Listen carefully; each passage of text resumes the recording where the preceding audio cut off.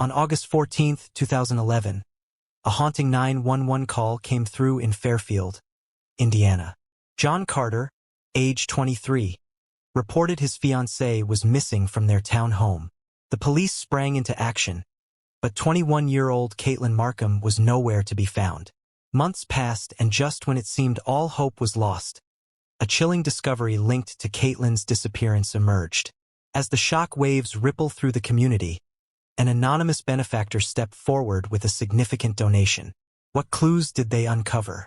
And what twists does this case hold? Fairfield, Indiana is an intriguing area with several notable features. One interesting aspect is its rich agricultural heritage. Known as the seed corn capital of the world, Fairfield has a long-standing tradition of seed production. According to the FBI's Uniform Crime Reporting Program, the violent crime in Fairfield, Indiana in 2022 was 2.2 per thousand residents, which is lower than the national average of 4.5 per thousand residents. The number of people who have disappeared in Fairfield, Indiana in recent years is relatively low. According to the National Center for Missing and Exploited Children, there have been 10 people reported missing from Fairfield since February 2018. Of these, 8 have been found safe and 2 remain missing. But it was here in this relatively peaceful county that Caitlyn Markham was nowhere to be found in 2011. Caitlyn Markham was born on August 16, 1990 in Hamilton County, Ohio. Little is known about her early life, but she studied graphic arts while also working at a bridal shop. Caitlyn had a bright and cheery personality. She always wanted everyone around her to be happy and in a good mood. In 2010, 20-year-old Caitlyn got engaged to 22-year-old John Carter, her long-term boyfriend. After she finished school, Caitlyn and her fiancé, Carter, planned to move to Colorado. They had been together for 6 years and engaged for 1, but an unexpected tragedy was awaiting to shock them. 3 days prior to Caitlyn Markham's 21st birthday on August 13, 2011 was the last time she was seen. Her fiancé Carter said he saw her around midnight on the 13th, but then couldn't get in touch with her all the next day. Gripped by panic, Carter also reached out to Caitlyn's father, David Markham, and told him that Caitlyn was missing. He immediately screamed into the phone, "Caitlyn's missing." On the evening of August 14, 2011, the 911 emergency helpline received a call from Carter. "Careful. 911. Where's your emergency?" "Hi. My name is John Carter. I know that you're not supposed to report a missing person after before 24 hours, but my fiancée is missing. I can't find her anywhere." "Okay. Where'd you see her last?" "I saw her at like 12 o'clock last night. Car is still there. The person's still okay. And you're out there now?" "I'm heading out there now. I have been trying to get a hold of her, and I decided to go by her house to see if she was okay. And her car was still there, which is why I'm really freaking out." "Okay. And you guys didn't have an argument or anything?" "Not at all. And the Sacred Heart Festival is going on right up the street, and there's a lot of questionable people there." It had been 18 hours since John Carter claimed to have last seen his fiancée, Caitlyn Markham. When David heard the news, consumed by worry, he hurried to his daughter's place. There he was met by Fairfield Police Department's Detective Rebecca Irvin, who had arrived swiftly in response to the distressing situation. Upon entering Caitlyn's condo, Irvin began her thorough investigation, meticulously examining every corner. Yet nothing stood out as a clear indicator of what had transpired. There were no signs of forced entry and no traces of a struggle within Caitlyn's bedroom. "There's no signs of forced entry into the town home. We checked the doors, checked the windows, checked everywhere. There's nothing that's jumping out. There's no signs of a struggle." As the investigators from the Fairfield Police Department delved deeper, they made a discovery. Caitlyn's purse and car keys were found abandoned in the middle of her bed. The bedroom also harbored Caitlyn's loyal companion, Murphy, her dog, who had been locked in the room. It struck them as odd since they were told that Caitlyn had never locked up her beloved pet before this. Her purse and car keys were placed in the center of the bed, a detail that Detective Irvin couldn't ignore. The dog had been locked in her bedroom, which she's not usually locked in the bedroom, and he had gone to the bathroom in there. Her purse and her keys were smack dab in the middle of her bed. "If I'm going to bed, I don't put something right in the middle of it. Nothing seemed to make any sense at all. It struck her as peculiar since one doesn't typically arrange belongings like that before settling in for the night. The Fairfield police thought that something was amiss. Testimonies from friends and family further emphasized the oddness of the situation, as it was entirely out of character for Caitlyn to go out without notice. With just 3 weeks remaining until her graduation from art school, her engagement to Carter, and their imminent move to Colorado, she appeared genuinely content and brimming with excitement for the future. This was not for her not to call anybody, for her not to do anything. I felt something was wrong, so nobody could understand why Caitlyn would run away from home. In the midst of this, the suspense surrounding Caitlyn's mysterious disappearance grew. 20 heartbreaking months passed without a clue. But then finally there was a break in the case. On April 7, 2013, a husband and wife were scavenging for metal to recycle along Big Cedar Road in Franklin County, Indiana. As they searched, they stumbled upon a startling discovery. Just, digging through this little area here, picking up some metal on here. Found a jawbone right on the other side of that little tree right there, right between them two little trees. Wife that were looking for metal to recycle along Big Cedar Road in Franklin County, Indiana. While they were searching for the metals, they located some human bones, and I was called to investigate the remains. Alarmed, they promptly alerted the authorities, who arrived to investigate the remains. The site where the bones were found was in Indiana, nearly 25 miles away from Caitlyn's town home, tucked amidst discarded trash and a not-so-known dumping area. Crime scene investigators cleared away debris, uncovering multiple bones, including a skull and jawbone. Their attention was drawn to a protruding tooth that caught their eye, an easily recognizable feature. Reacting swiftly, one of the county sheriff's deputies reached for his phone, searching for any missing persons. When we were looking at the skull, we noticed a tooth that was protruding, pretty identifiable. And so one of the county sheriff's deputies, he got on his phone and started looking for anybody that was missing. In a stroke of luck, Caitlyn Markham's photo appeared as the first result. Comparing it to her missing report, they couldn't help but notice the striking resemblance, particularly the distinctive protruding tooth. The local forensic anthropologist confirmed the positive identification of the remains as belonging to Caitlyn Markham. When we looked at the picture of her missing report, we could almost identify her directly from her teeth. 2 days later, the pastor and detective solemnly shared the heartbreaking news with Caitlyn's father. And a couple of days later, I get a knock on the door from the pastor and the detective, and I knew what they were there to tell me. But how in the world did Caitlyn end up dead in a trash heap in Indiana, 25 miles away from her native place? In the small town of Fairfield, Ohio, the residents were with no personal connection to the case, but a deep desire for justice and solving unresolved puzzles made a generous donation. This individual, driven by the wish to do something kind before their own passing, provided a substantial sum of money to help with the case. With the infusion of funds, David Markham hired private investigator J. Ryan Green to re-examine the case. He's an individual that wanted to do something nice for somebody before he died, is what he told me. Felt Caitlyn needed an outside investigator to come in and take a fresh look at the case.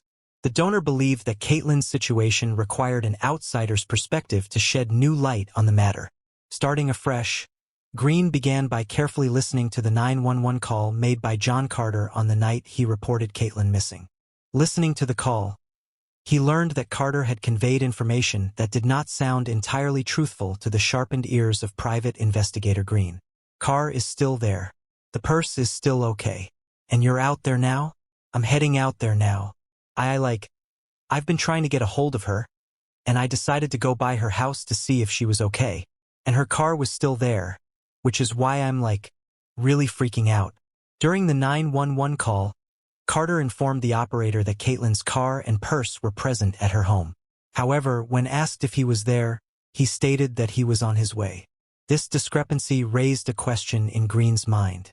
How could Carter know about the car and purse if he hadn't arrived at the scene yet? Additionally, Green highlighted that Carter mentioned visiting Caitlyn's house after running an errand before making the 911 call. This sequence of events seemed puzzling. Why would someone prioritize running an errand before expressing panic and seeking immediate help? After this, Green emphasized another portion of the call where Carter said that he and Caitlyn did not have a fight or any argument. Okay. And you guys didn't have an argument or anything? Not at all. Green was aware that Caitlyn's best friend Michelle had provided a contrasting account of events, saying that Caitlyn and Carter had an argument 2 days prior. I knew that they were fighting, and when he was like on the 911 tape when he was saying that they hadn't been arguing at all, I'm just like, why would you lie about that part of it? The question arose. Why would Carter fabricate that particular detail? The Markham family's attorney, who had prior experience as a firefighter and paramedic, listened to the 911 call and made an observation. Typically, a 911 call serves as an urgent plea for assistance. However, in John Carter's case, it seemed more like an informative report. I have heard my share of 911 calls. I've made 911 calls. And a 911 call is usually a call for help. That's what it is. Call for help. John Carter's call was a call to inform. And the Sacred Heart Festival is going on right up the street, and there's a lot of questionable people there. The lawyer also pointed out that Carter quickly put forward a theory, suggesting that some individuals at the carnival had taken his girlfriend. He immediately offered up a theory. You noticed an hour ago that your girlfriend isn't where she's supposed. You noticed an hour ago that your girlfriend isn't where she's supposed to be, and the carnies took her? I mean, that's a leap. However, this accusation seemed like a significant leap without substantial evidence. In short, Carter called 911 to inform them about a possible crime when he should have just stuck with the disappearance. Eventually, Caitlyn's fiancé underwent a voice stress analysis test, which reportedly yielded inconclusive results. He also took 2 polygraph tests, but the authorities did not disclose the outcomes as it was still too early to draw any conclusions. Meanwhile, private investigator Green placed significant importance on the location where Caitlyn's body was discovered, considering it a crucial piece of the puzzle. The location where Caitlyn's remains were discovered turned out to be an illegal dump site. This meant that only a few people would be familiar with its existence. This was an illegal dump site where she was found. So somebody knew about the dump site and somebody just tossed her here like a piece of trash. However, someone who was aware of it chose to dispose of Caitlyn's remains there. In an insane turn of events, investigator Green made a significant discovery during his inquiry. He uncovered information indicating that the Carter family owned property in the vicinity of the dumping site. The proximity between the illegal dump site and John Carter's family home led Green to believe that connection was more than just a mere coincidence. Troubles me a lot to know that, the Carter family has property in this area. The road leading to the dump site aligned with the route John Carter would have taken to reach his family's property. This fact caught Green's attention. This road is in close proximity to where John Carter would have traveled to go to his family's property. Furthermore, police investigators held the belief that Caitlyn met her demise in Ohio and her body was subsequently dumped in Indiana. Based on his investigation, Green developed a theory regarding the involvement of an accomplice in moving Caitlyn's body. He focused his attention on Brad Von Bargen, a friend of Carter's who was present at Caitlyn's apartment on the night she went missing along with Carter. Notably, Brad had left the apartment earlier than Carter on the night Caitlyn disappeared. There was a friend at Caitlyn's apartment besides John Carter the last night she was seen.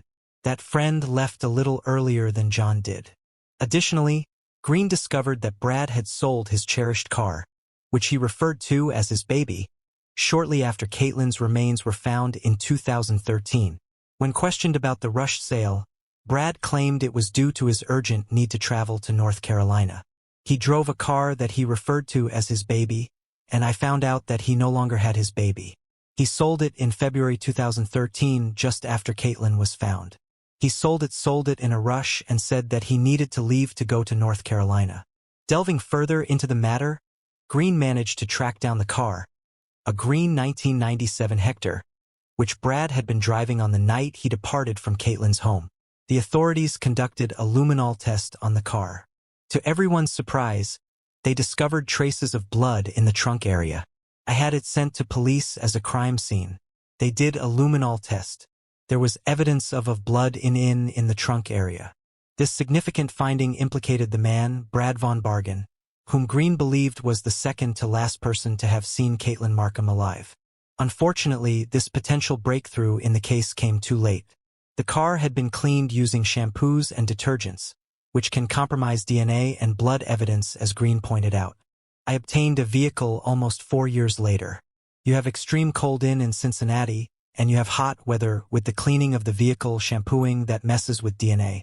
That messes with blood. And so even after finding blood, the authorities couldn't determine whose blood it was. Despite Green's suspicions, the Fairfield Police Department did not consider Brad to be involved.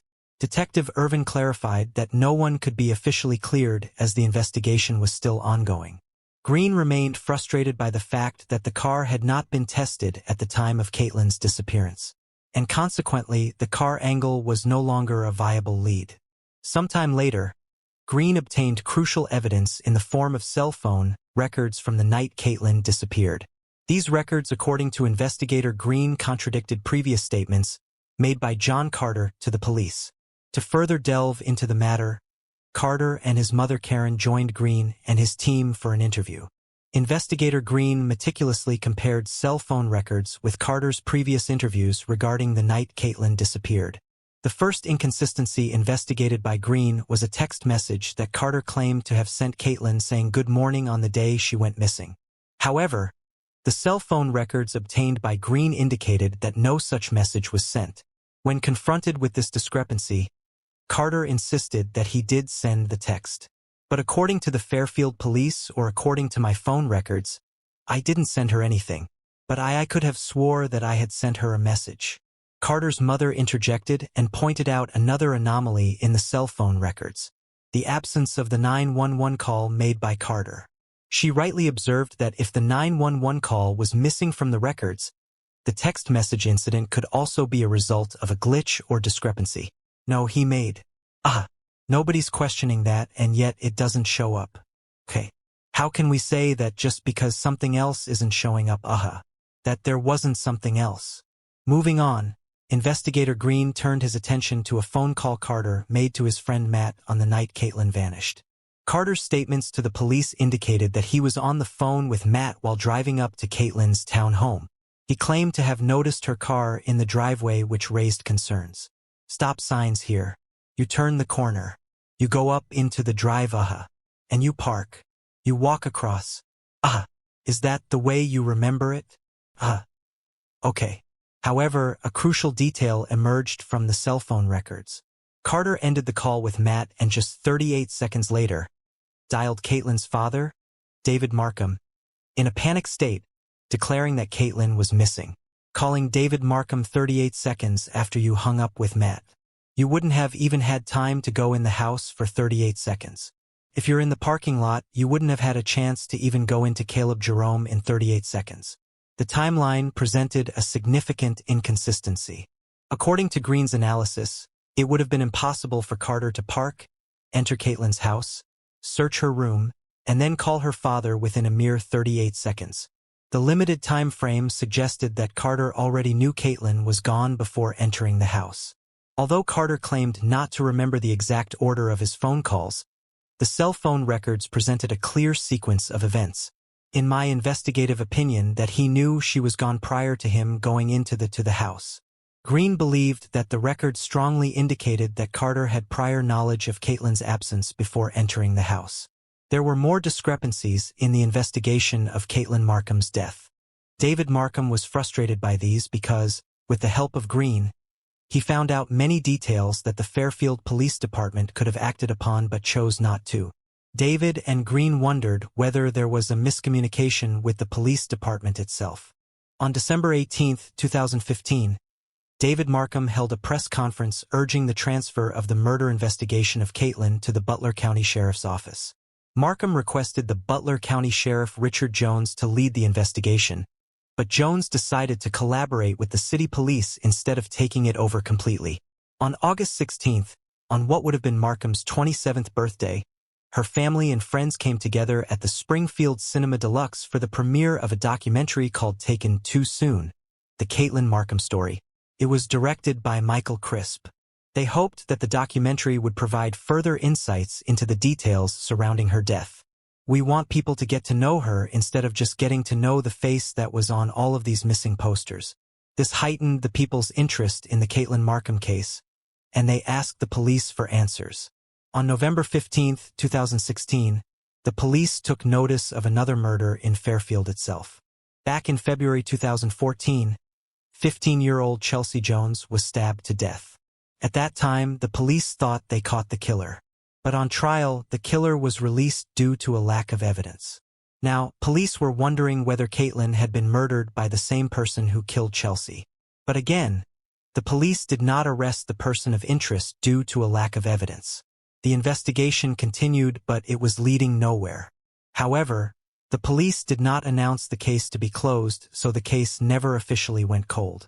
In the month of July 2019, 23-year-old Ellie Week went missing in Fairfield, and the police asked everyone to come in and help. But on August 24, 2019, Week's body was found. It was similar to what had happened in Caitlyn's case. The police arrested a suspect known to be Michael Strauss. After hearing this information, David Markham went on August 28, 2019. The police did a 10-minute press conference just to say that there was no connection between the two cases. And Caitlyn's case was once again put on the back burner. However, Michael Strauss was sentenced to 7.5 years in prison. On January 23, 2020, the Butler County Prosecutor's Office chose Michael Teigmoser as the lead investigator in the ongoing investigation. On August 18, 2020, the authorities took a drive from the illegal dumping site to Caitlyn's townhome. They found two main routes to reach there. They also found that John Carter's father owned some properties around that area. There's a specific site called Kokomo Hill where the Carters owned property. The Big Cedar Road where Caitlyn's remains were found fell in between Carter's home and Kokomo Hill. Carter had previously revealed that Caitlyn sometimes went to parties at Kokomo Hill, where she used to hang out with Carter and his friends, specifically a friend named Jonathan Pomerton. Surprisingly, it was on August 18 itself that the authorities also found black-colored plastic sheets and landscaping materials at John Carter's residence. It seemed similar to the material in which Caitlyn's remains were wrapped in. On October 8, 2020, the authority spoke to the president of Advanced Laminated Housing Structures, whose company built the Kokomo Hill property for the Carters. He compared both the materials and confirmed that while the materials found at Carter's home and the material used to wrap Caitlyn's body were similar, they were not an exact match. But while interviewing different experts in the industry, Gamoser found that this material was not something that a homeowner would normally possess. It was usually something that industry professionals would use. This material was also very durable, which is why Caitlyn's remains were found inside of it even after 20 months had passed. The material had even endured a water stream that flowed near the dumping site. On January 28, 2021, John Carter was called again to take the polygraph tests. The investigators concluded that his answers were again deceptive. He'd also given deceptive answers in his previous polygraph tests. On March 2022, the police interviewed two teenage boys separately. They were Caitlyn's neighbors.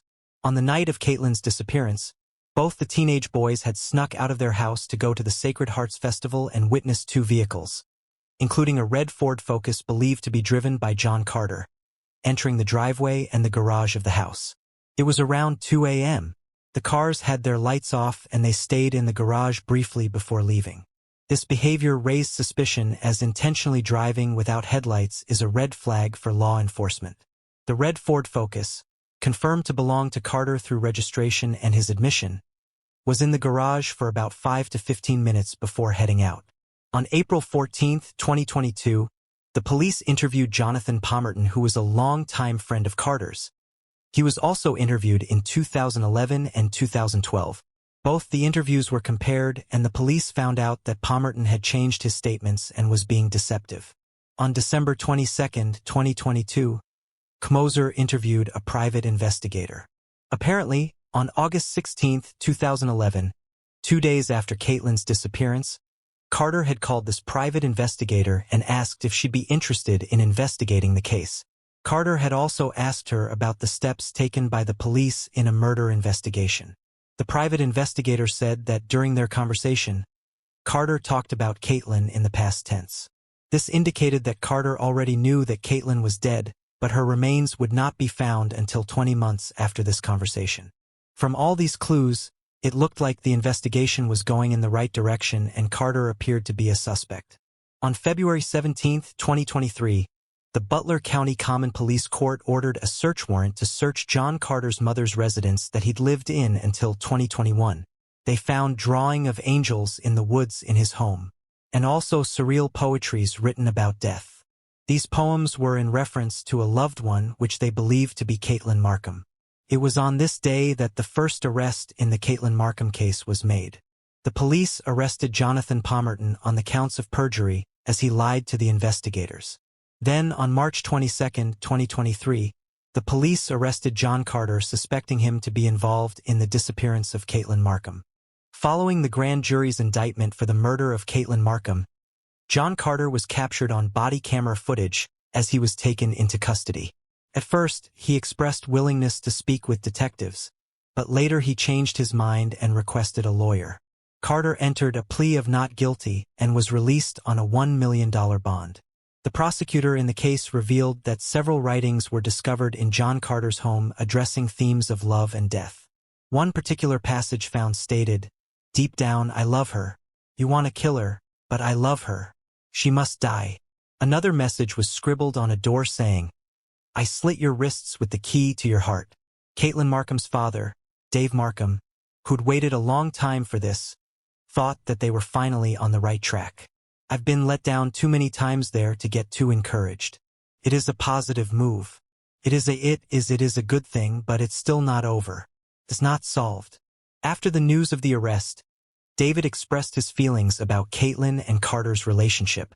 He said that Caitlyn had desired to move to Colorado alone and had been feeling burdened by her partner. He added that she took on all the planning and expenses while Carter didn't save money or contribute. Frustrated and unhappy, she wanted to end the relationship due to the pain, trouble, and lack of commitment. The search warrant affidavit that was unsealed in late April 2023 revealed a great deal of information surrounding the case. It mentioned that there were claims stating that John Carter and another person, whose name was redacted, disposed of Caitlyn Markham's body. The police were seeking a warrant to search his mother's house for black plastic or construction and landscaping sheeting, which they believed was used to wrap Caitlyn's body. While finding such material was not definitive proof, it was significant evidence that aligned with the prosecution's case. However, it was important to consider that individual possession of the material didn't imply guilt in the murder case. When solving cases like this, which had been ongoing for almost 12 years, circumstantial evidence played a crucial role in putting together the puzzle and gaining a clearer understanding of what transpired. The affidavit also revealed that during the police interview conducted on the day Caitlyn Markham was reported missing and the following day, police had observed red vertical scratches on John Carter's neck. He attributed them to shaving. However, the police said that it was really unlikely that an electric razor could have caused the scratches as Carter claimed. In addition to this, friends who were with Carter and Caitlyn on the night before she disappeared stated they hadn't seen any scratches on him. Around the time of Caitlyn Markham's disappearance, there were plans for her and Carter to move to Colorado, but it was believed that she was becoming less interested in their relationship and that things weren't going well between them. John's mother even offered to co-sign a credit card application for Caitlyn if she agreed to take him to Colorado, but it seems she declined and didn't proceed with the application. This information provides insight into the dynamics between Caitlyn and John at the time of her disappearance. According to her friends, Caitlyn expressed feeling trapped, losing attraction towards John, and being concerned about his drug use and unconventional sexual desires. These details, among others, could help build a strong case against John Carter when he goes to trial. At this stage, John Carter maintains his innocence. He's been released on a $1 million bond and his trial is scheduled for June 2024. There may be upcoming court appearances for status hearings or related matters. It's not surprising to many that John Carter was later charged with Caitlyn's murder, although some people were taken aback. It took 11.5 years for charges to be filed, which is disappointing as he had the freedom to carry on with his daily life while Caitlyn was denied that opportunity. The evidence against him is substantial, and it's a relief that the suspicions were not unfounded. Do you think that John Carter will be found guilty, Or do you think that pieces of evidence against him are still not substantial enough for sentencing? On September 25, 1994, in the quiet town of Jonesboro, Georgia, Douglas Overstreet, a 37-year-old well-regarded police lieutenant vanished without a trace after a camping trip, leaving his loved ones and the community in a state of distress. The investigation took a startling twist when an unexpected passerby stumbled upon a lifeless body bearing the chilling signs of a heinous crime near Lake Thurman. As detectives embarked on their search for answers, they uncovered a web of lies revealing a disturbing truth. Who was behind the gruesome act? What dark secrets led to this devastating outcome? This case takes us to Jonesboro, a charming suburban city in Clayton County, Georgia, located about 15 miles south of downtown Atlanta. With a rich history dating back to the early 1800s, Jonesboro has transformed into a dynamic community with a diverse population. It offers a blend of residential areas, commercial districts, and natural beauty. The city boasts numerous parks, cultural attractions, and local businesses, providing ample opportunities for recreation and entertainment. Despite this, however, the crime rate in Clayton County is about 50% higher than the U.S. average. It was also the setting of a heinous crime that took place in September 1994. Let's first go back to the beginning when Douglas Lee Overstreet entered this world on April 10, 1957. He grew up in northwest Atlanta in a working-class neighborhood, and all he ever wanted to do was be a police officer. He was the first child of Ewan Leroy Overstreet and Inez Brannon Overstreet, a family filled with love and adventure. In the Overstreet household, young Douglas had two younger siblings to share his journey with. Edith Overstreet, the youngest sibling, who was 10 years younger than Douglas, and Michael Overstreet, the middle son, who was 6 years younger than Douglas. Douglas Overstreet was known as Doug by those who knew him. At 37 years old, he held a prominent position as a lieutenant in the Atlanta Police Department, instilling a sense of safety and order within the community. People go into police work for different reasons. A lot of people just want to have the power to push people around. That was not Doug. Doug was there because he wanted to help people. In addition to his law enforcement duties, Doug embraced a part-time role as a security guard at the lively Rio Bravo bar in Buckhead. But there is more to Doug than his professional life. He was passionate about adventure, and whenever he had time, he used to venture into the wilderness, indulging in his passion for camping. Armed with a camera, he loved to capture the beauty of his surroundings as a precious memory. With his gentle and friendly nature, Doug made it a point to connect with his neighbors, often extending warm invitations for tea and heartfelt conversations. In the year 1984, Doug, at the age of 27, found love and companionship when he married Candace Overstreet, a 40-year-old woman who already had 2 daughters. Candace had 2 daughters from a previous marriage. They were small children when he and Candace got married, so Doug was pretty much the father figure in their life. Their blended family included Brandy Overstreet, the elder daughter at 21 years old, who preferred the comforts of home and had a more introverted nature. Keisha Overstreet, on the other hand, was a vibrant 19-year-old college student. Douglas cherished his role as a stepfather, forming strong bonds with both Brandy and Keisha. Whenever he returned home, he'd bring thoughtful gifts to show us affection and make them feel special. On September 25, 1994, Doug eagerly embarked on a solo trip. However, as evening approached, Doug had not yet made his way back as he was expected to return home by evening. As the hours ticked by and nightfall loomed, the growing unease settled upon the household, for there was no sign or communication from Doug. Growing increasingly worried, the family launched an extensive search, leaving no stone unturned in their efforts to find him. However, despite their best efforts, Doug remained elusive. It wasn't until 3 days later, on September 28, 1994, that his wife Candace reported him missing. An officer was sent to their residence in Jonesboro, Georgia, to speak with Candace and gather the complete account about Doug's disappearance. She went ahead and went to bed, and when she woke up the next morning, he wasn't there. By the afternoon, when he didn't show up, she started to worry.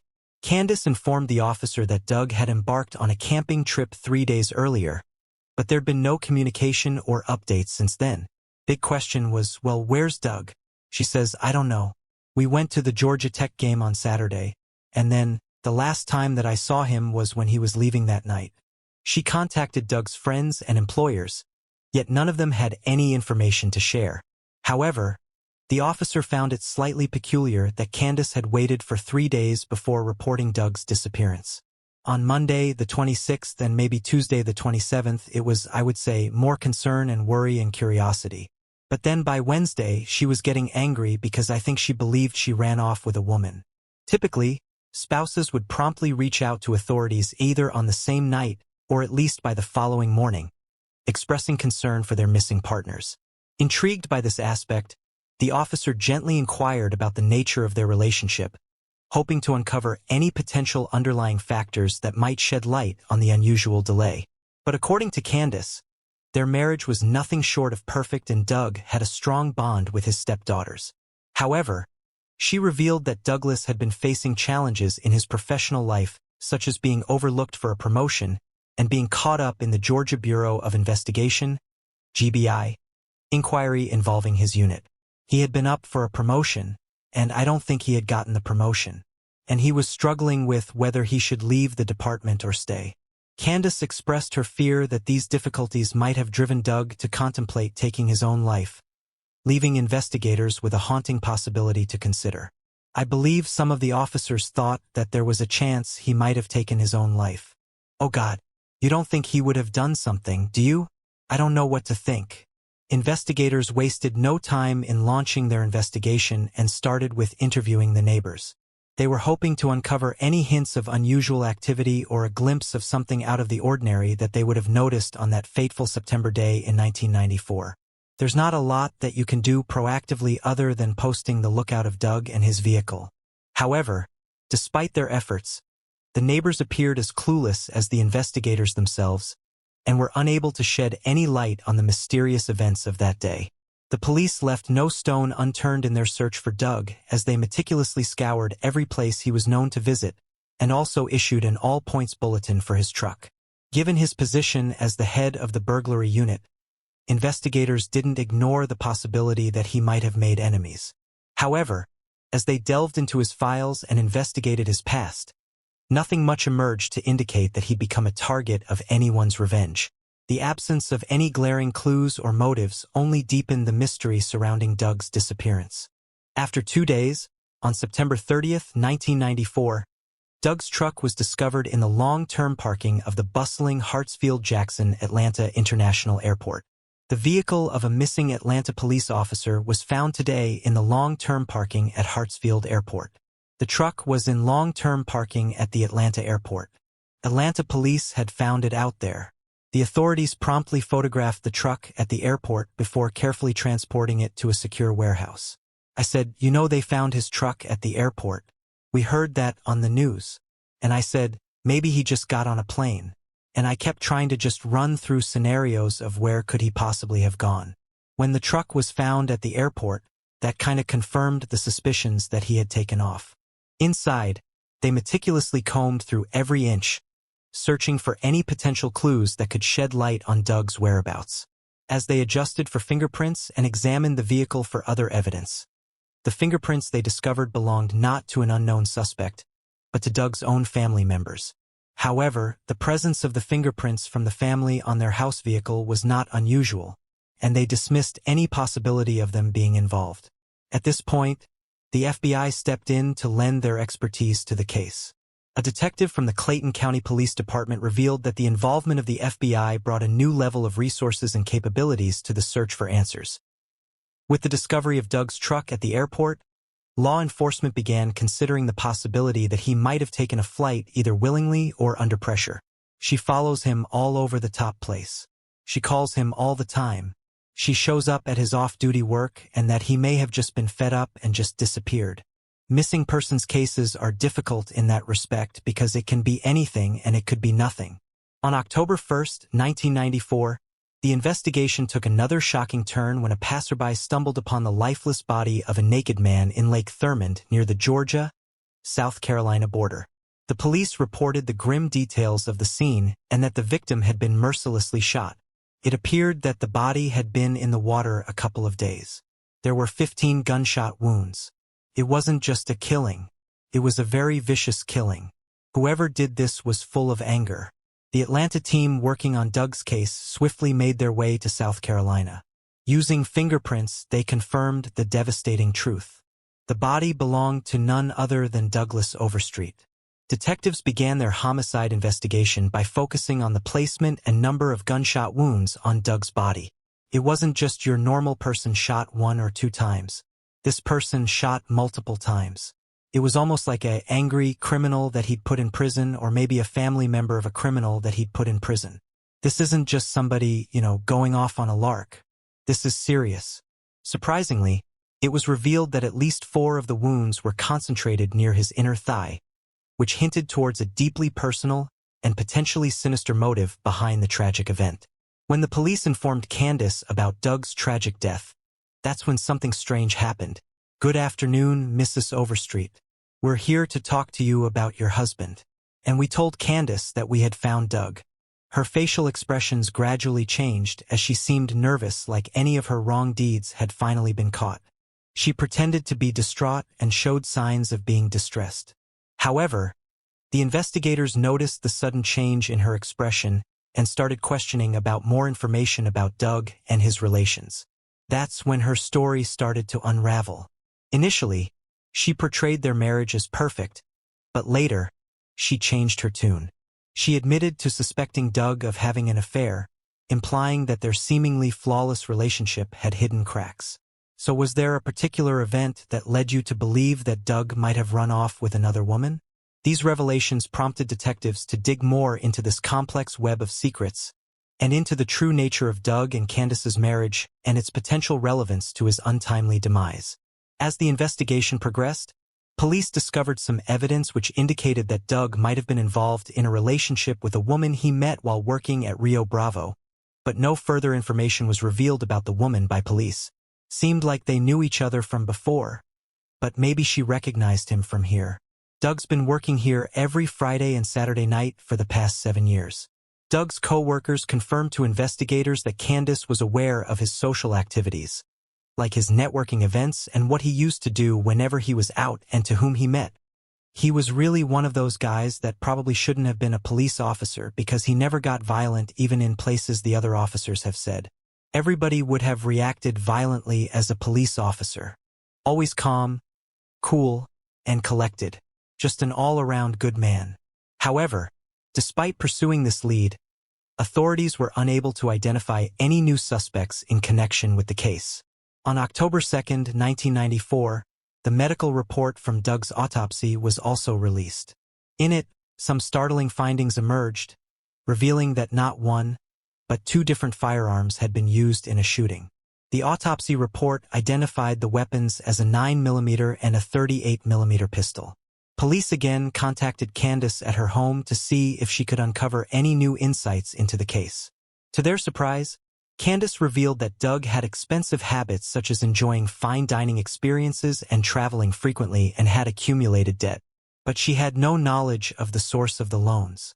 "His mother would call me," she said. "Doug's getting a lot of return checks. You could tell by the envelope what they were, and he would get as many as 6 in one day." Detectives questioned why she hadn't disclosed this crucial information earlier, to which Candace explained that she didn't want to tarnish Doug's reputation by discussing his financial troubles. Investigators even looked into Doug's financial records, hoping to uncover any possible links to his mysterious fate. Doug had borrowed money from friends and not repaid, and his salary was being garnished. According to Frederick, Douglas's friends claimed that he'd borrowed money in order to appease his wife. However, despite all the leads, investigators couldn't establish a direct connection between his financial struggles and his untimely demise. Clear paper trail. Every interaction they ever had was Doug. There's nothing shady about it. Now it was really frustrating for the investigators to continue their investigation without any definite lead. 3 days after the discovery of Doug's lifeless body, on October 4, 1994, detectives made a condolence call to Candace. During their conversation, she casually mentioned that she'd be burying Doug's body with his badge which she'd retrieved from Doug's cupboard. This seemingly casual remark instantly set off alarm bells among the investigators, as police officers rarely leave their homes without their badges. And we are going to bury him with the badge. We are unable to locate any of his belongings. So we don't have his badge. Well, I have his badge. It's right upstairs. Suddenly, all the puzzling pieces of the case started falling into place. The contradictory statements from Candace, the fingerprints found on Doug's vehicle, and her overall suspicious behavior from the start. He would have that. He wouldn't have left that. If you have a badge, you do not leave home without it. The spotlight now turned towards Candace as the mounting evidence began to point a serious finger in her direction. Without wasting any time, and sought permission from Candace to conduct a thorough search as part of their investigation. Miss Overstreet, do you mind if I check out the rest of the house? See if I can find anything that may help with the investigation? Oh sure, go ahead. As they stepped into the couple's bedroom, a startling revelation awaited them. It seemed as though Doug's existence had been erased from the room. All his belongings were suspiciously absent. There was no men's clothes, no underwear, no t-shirts. People just don't take their loved ones' clothes. Get rid of them that soon after something happens.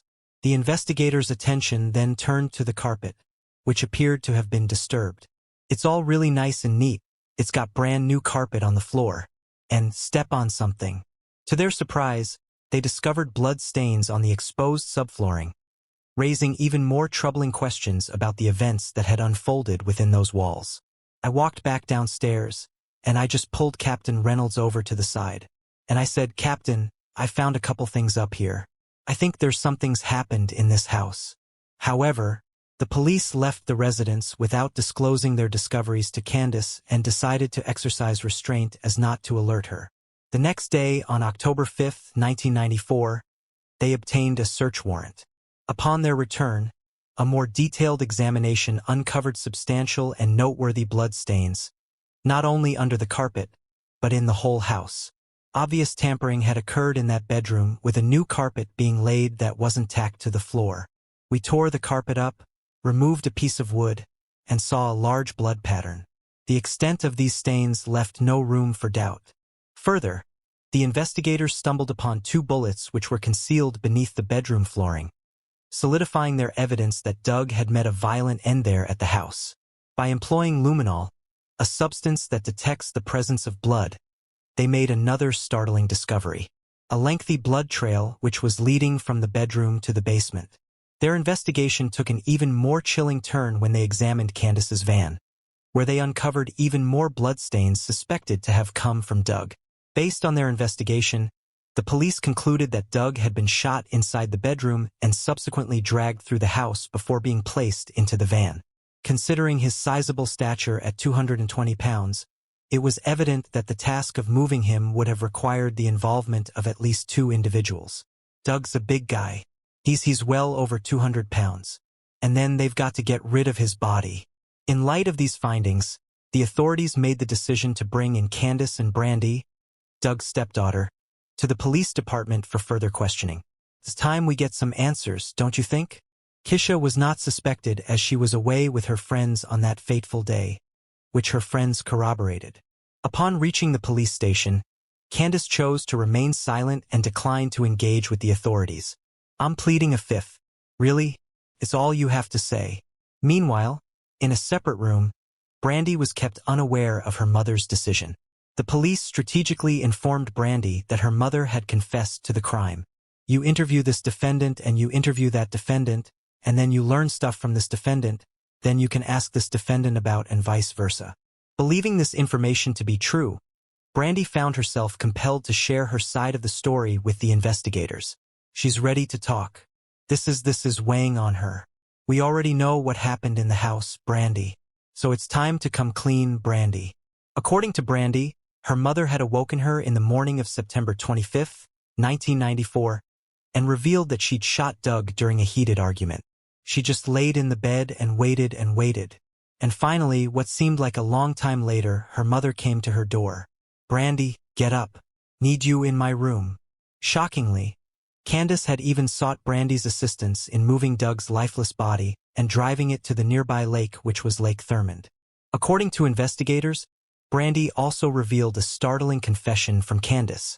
She disclosed that her mother had not only confessed to shooting Doug, but also admitted to using 2 different weapons in the act. In an attempt to dispose of the evidence, Candace had allegedly thrown the guns into a nearby river.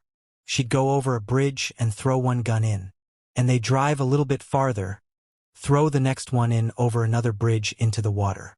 To further complicate matters and mislead the investigators, Candace devised a plan. She drove Doug's truck to the airport with Brandy following closely behind in her own car. After their return home, they carefully cleaned up all the blood stains, leaving behind no trace of the gruesome event. Justice finally caught up with Candace Overstreet on December 21, 1994, when she was officially charged with 2 counts of felony murder. The motive behind the shocking crime remained shrouded in mystery, as Candace chose to keep it hidden from the world. However, her daughter Brandy played a crucial role in the case. In exchange for her testimony against her own mother, Brandy was granted immunity, a decision that helped bring closure to the investigation. Even after the final decision, the defense team for Candace Overstreet planned to present a shocking claim that Doug had been assaulting his stepdaughters. However, prosecutors thoroughly investigated these allegations and found no evidence to support such claims. From the very beginning of the investigation and through interviews with the stepdaughters, it was clear that Doug had been a loving and caring father figure. In order to protect Doug's reputation and preserve his memory, the prosecutors made a difficult decision. They allowed Candace to plead guilty to voluntary manslaughter instead. She received a 40-year prison sentence with a scheduled release date in 2034. However, unexpected news broke on December 1, 2020, when it was revealed that Candace had been granted parole. This incident once again captured public interest in 2022 as Investigation Discovery ID, a renowned true crime network, decided to shine a spotlight on it. This particular case stands out not only for its shocking nature but also for the unsettling involvement of family members. The recent arrival of an ID production crew in Jonesboro sparked curiosity, indicating that the network is preparing to delve deeper into the details of this tragic incident for an upcoming true crime program.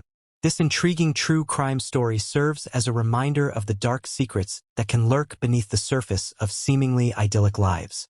What are your thoughts on this case? Do you think Candace deserved to be paroled? What could be the possible motive behind killing Doug Overstreet? We'd love to hear from you. If there's a case you'd like us to cover, don't hesitate to drop your recommendations in the comments section below. On June 14, 2021, a courtroom in Los Angeles, California was filled with silence as an elderly defendant was wheeled in on a wheelchair, looking weak and fragile. Despite his frail appearance, the accusations against him were grave. This man was accused of committing horrifying crimes over many years, allegedly murdering multiple people. Prosecutors claimed that his wealth and influential status had allowed him to escape justice for a long time. However, now he was finally facing the charges, even though he was already close to death. It raises an important question. What serious crimes did he commit that led him to face the consequences until his last breath? Robert Durst, a native of New York City, was born on April 12, 1943. Growing up in Scarsdale, he was part of the prominent Durst family, known for their real estate empire. His father, Seymour Durst, was a well-known real estate magnate, and his mother, Bernice Herstein, played a significant role in their family's life. Alongside his 3 younger siblings, Douglas, Tommy, and Wendy, Robert experienced typical sibling rivalry with Douglas, which led them to attend counseling sessions. Interestingly, a psychiatrist report of 10-year-old Robert from 1953 mentioned intriguing phrases like personality decomposition and the potential of even schizophrenia, which is a mental disorder characterized by disconnection from reality, including hallucinations, delusions, and disorganized thinking and behavior. Robert attended Scarsdale High School, where he was known to be a loner among his classmates. After graduating, he pursued a bachelor's degree in economics at Lehigh University, where he actively participated in the varsity lacrosse team and served as the business manager for the student newspaper, The Brown and White. In 1965, he completed his undergraduate studies. Following that, he ventured onto a doctoral program at the University of California, Los Angeles, UCLA. During his time there, he met Susan Berman, who happened to be the daughter of a mobster. She was an aspiring writer who quickly became his close friend. However, Robert made the decision to withdraw from the program and return to New York in 1969. In autumn of 1971, Robert Durst crossed paths with Kathleen "Kathy" McCormick, an 18-year-old dental hygienist residing in one of the buildings in New York owned by the Durst organization. They first met when Robert went to collect the rent. Kathy, a recent high school graduate who came from a lower-middle-class modest Irish family on Long Island, had just arrived in New York City. With her sparkling beauty and strong work ethic, Kathy captivated Robert from the start. Despite Robert's reserved demeanor, Kathy found him to be a sweet and sensitive person. In the early 1970s, Robert arrived in Vermont and ventured into the health food business and opened a store called All Good Things in Vermont. Surprisingly, after only 2 dates, Robert invited Kathy to move in with them in his home near the store. A year later, on his 30th birthday on April 12, 1973, the two decided to get married.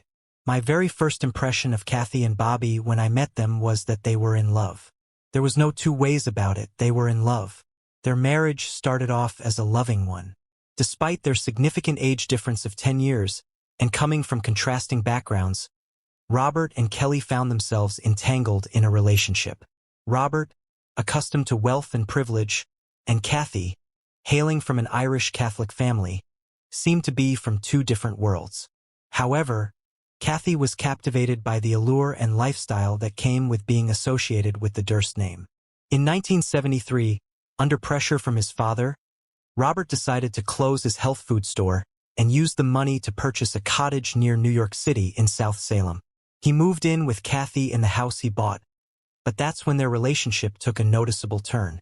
Kathy witnessed a significant change in Robert's behavior as he transformed into a completely different person from the man she'd fallen in love with in Vermont. These experiences with her family were kind of like Bob meets the average American family.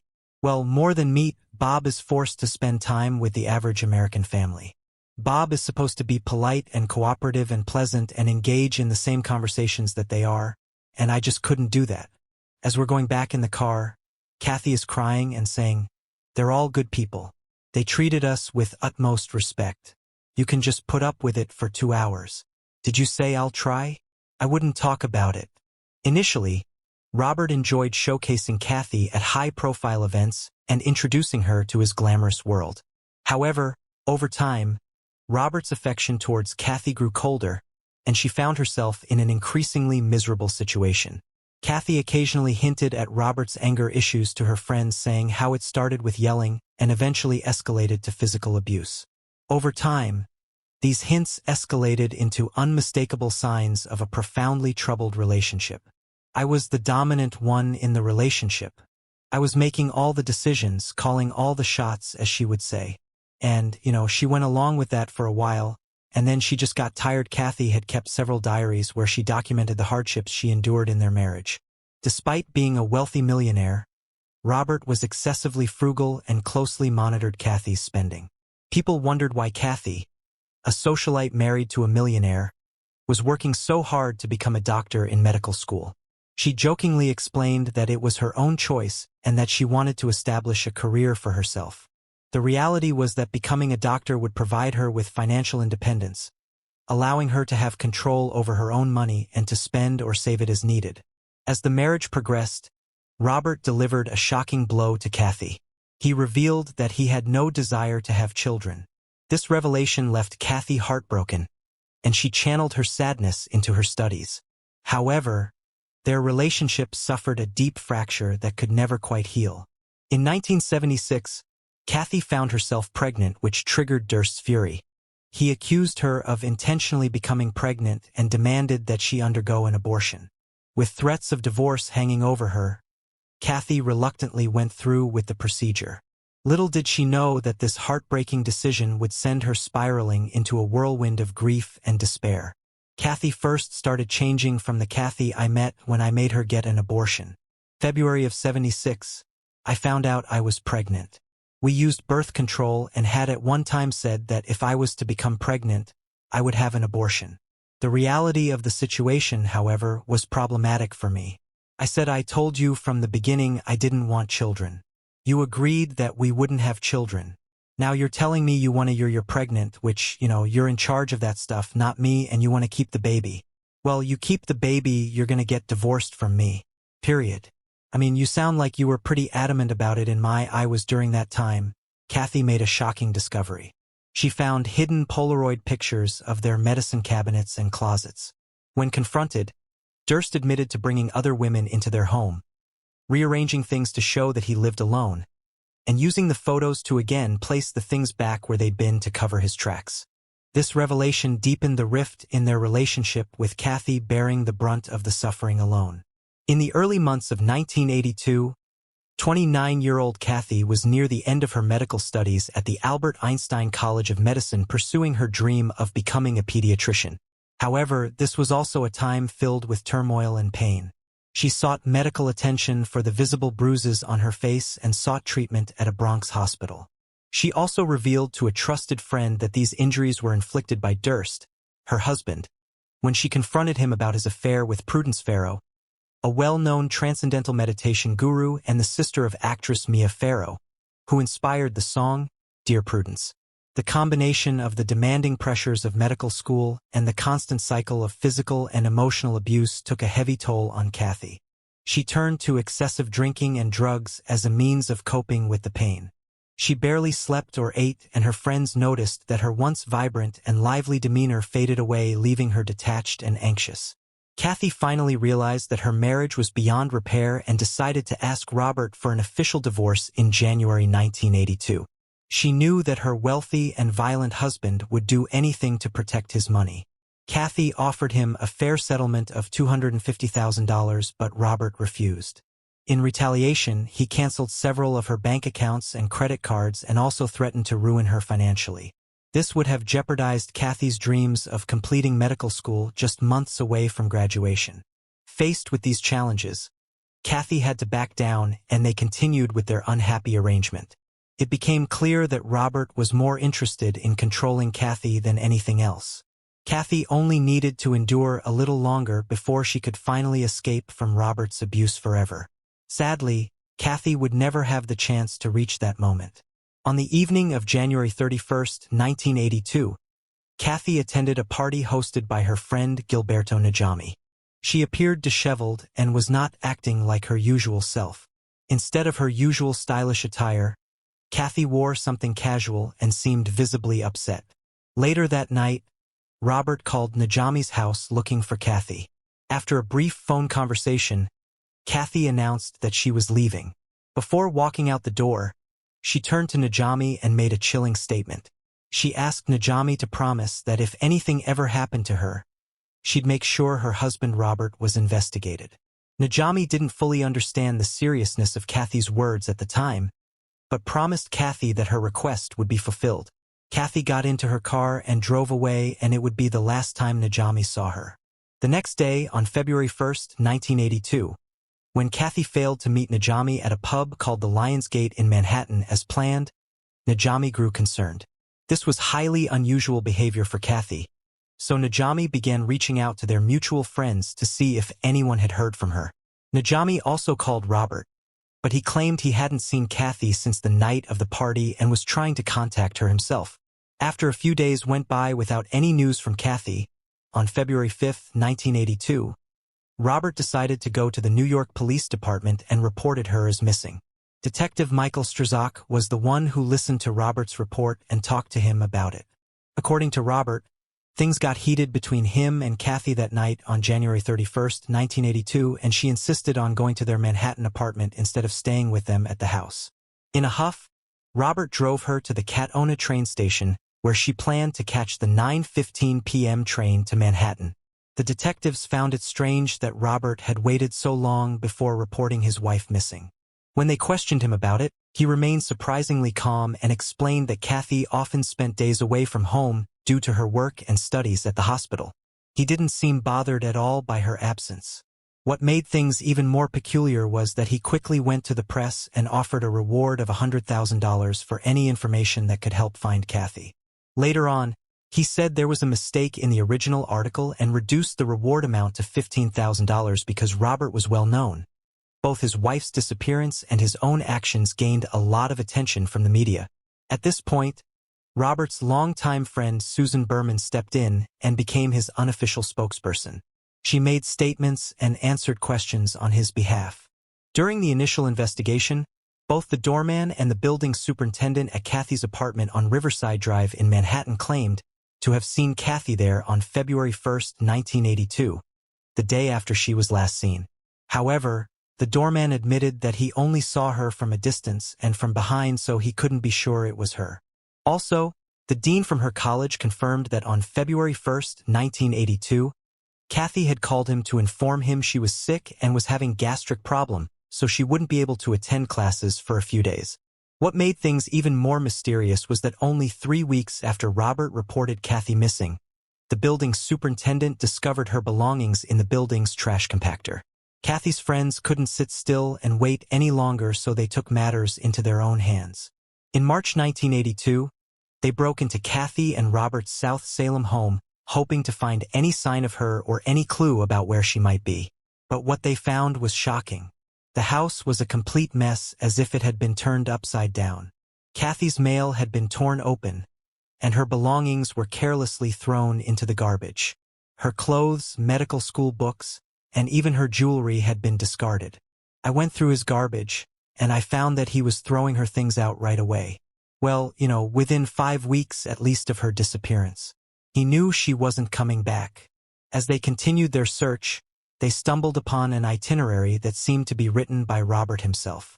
This discovery added another layer of intrigue to the already puzzling situation. In the itinerary, Robert provided a detailed account of everything he did on the night Kathy went missing and the following days. I had a small trash can by the bed, and I went in, picked it out, and there it was. I said, "Oh boy," that just sent chills down my spine. The handwritten note contains the words town dump, bridge, dig, boat, and what Robert Durst has admitted was his own handwriting. It sounded like a wish list of what you do with the body to me. So what did you do with this letter once you found it? They made it to the police. They didn't want it. Didn't want it. They did not want it. A friend shared this information with the lead detective working on the case, who found it unusual because innocent people typically don't feel the need to write down such a precise and minute-by-minute recounting of their activities. While the New York police investigated leads and questioned Robert, it didn't remain unnoticed that higher-ranking officials were not pushing hard to solve the case. The investigation, which had only been going on for a few weeks, had already started to slow down. Usually, high-profile cases like this attract significant attention and pressure on the detectives, but that wasn't happening in this case. It seemed that the Durst family showed little concern about Kathy's disappearance and didn't cooperate with law enforcement. Robert himself refused interviews with the police, polygraph tests, and even answering basic questions, although he did give several interviews to reporters.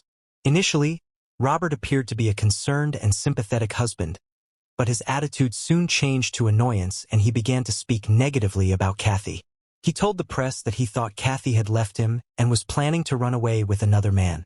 Unfortunately, there was already limited evidence in Kathy's disappearance, and it seemed like the available evidence was ignored by law enforcement, possibly due to Robert's wealth and influence. As a result, despite the initial attention and urgency, the case quickly went cold and Kathy's disappearance became just another file in a storage locker for unsolved cases. After Kathy's disappearance, Robert distanced himself from New York and maintained a small circle of friends, primarily including Susan Berman and a few others. Between 1990 and February, Robert attempted to start fresh. He sold the house he shared with Kathy in South Salem, and without Kathy's family knowing, he filed for divorce on the grounds of spousal abandonment. Despite being next in line to take over his father's company, his father Seymour appointed his younger brother Douglas to the position in 1994. This caused Robert to accuse his brother stealing the company from him, leading to a rift within the family. In 1999, 17 years after her disappearance, the New York police quietly reopened Kathy's missing persons case after new detectives discovered significant mistakes made during the initial investigation. Their first suspicion was towards Robert. After this, They obtained a search warrant and searched Robert's former South Salem home and the nearby Truesdale Lake. But to their disappointment, they found nothing.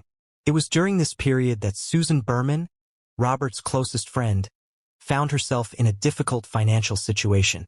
She was on the verge of being evicted from her home and had no money left. Desperate for help, she tried to reach out to Robert, but couldn't get through to him directly. Instead, she left a voicemail on a phone number he maintained. Several months later, in August 2000, a surprising gift arrived from Robert. He sent her 2 checks, each worth $25,000, which Susan used to pay off her debts. Little did they know, this act of generosity would be the catalyst for a series of unexpected events that were about to unfold. In December 2000, Susan Berman was living by herself in Benedict Canyon, Los Angeles. She worked as a journalist and author and had a fascinating background to share. Susan wrote about her family connections to reputed gangsters, especially her father, David "Davy" Berman, who was a mob boss in Las Vegas.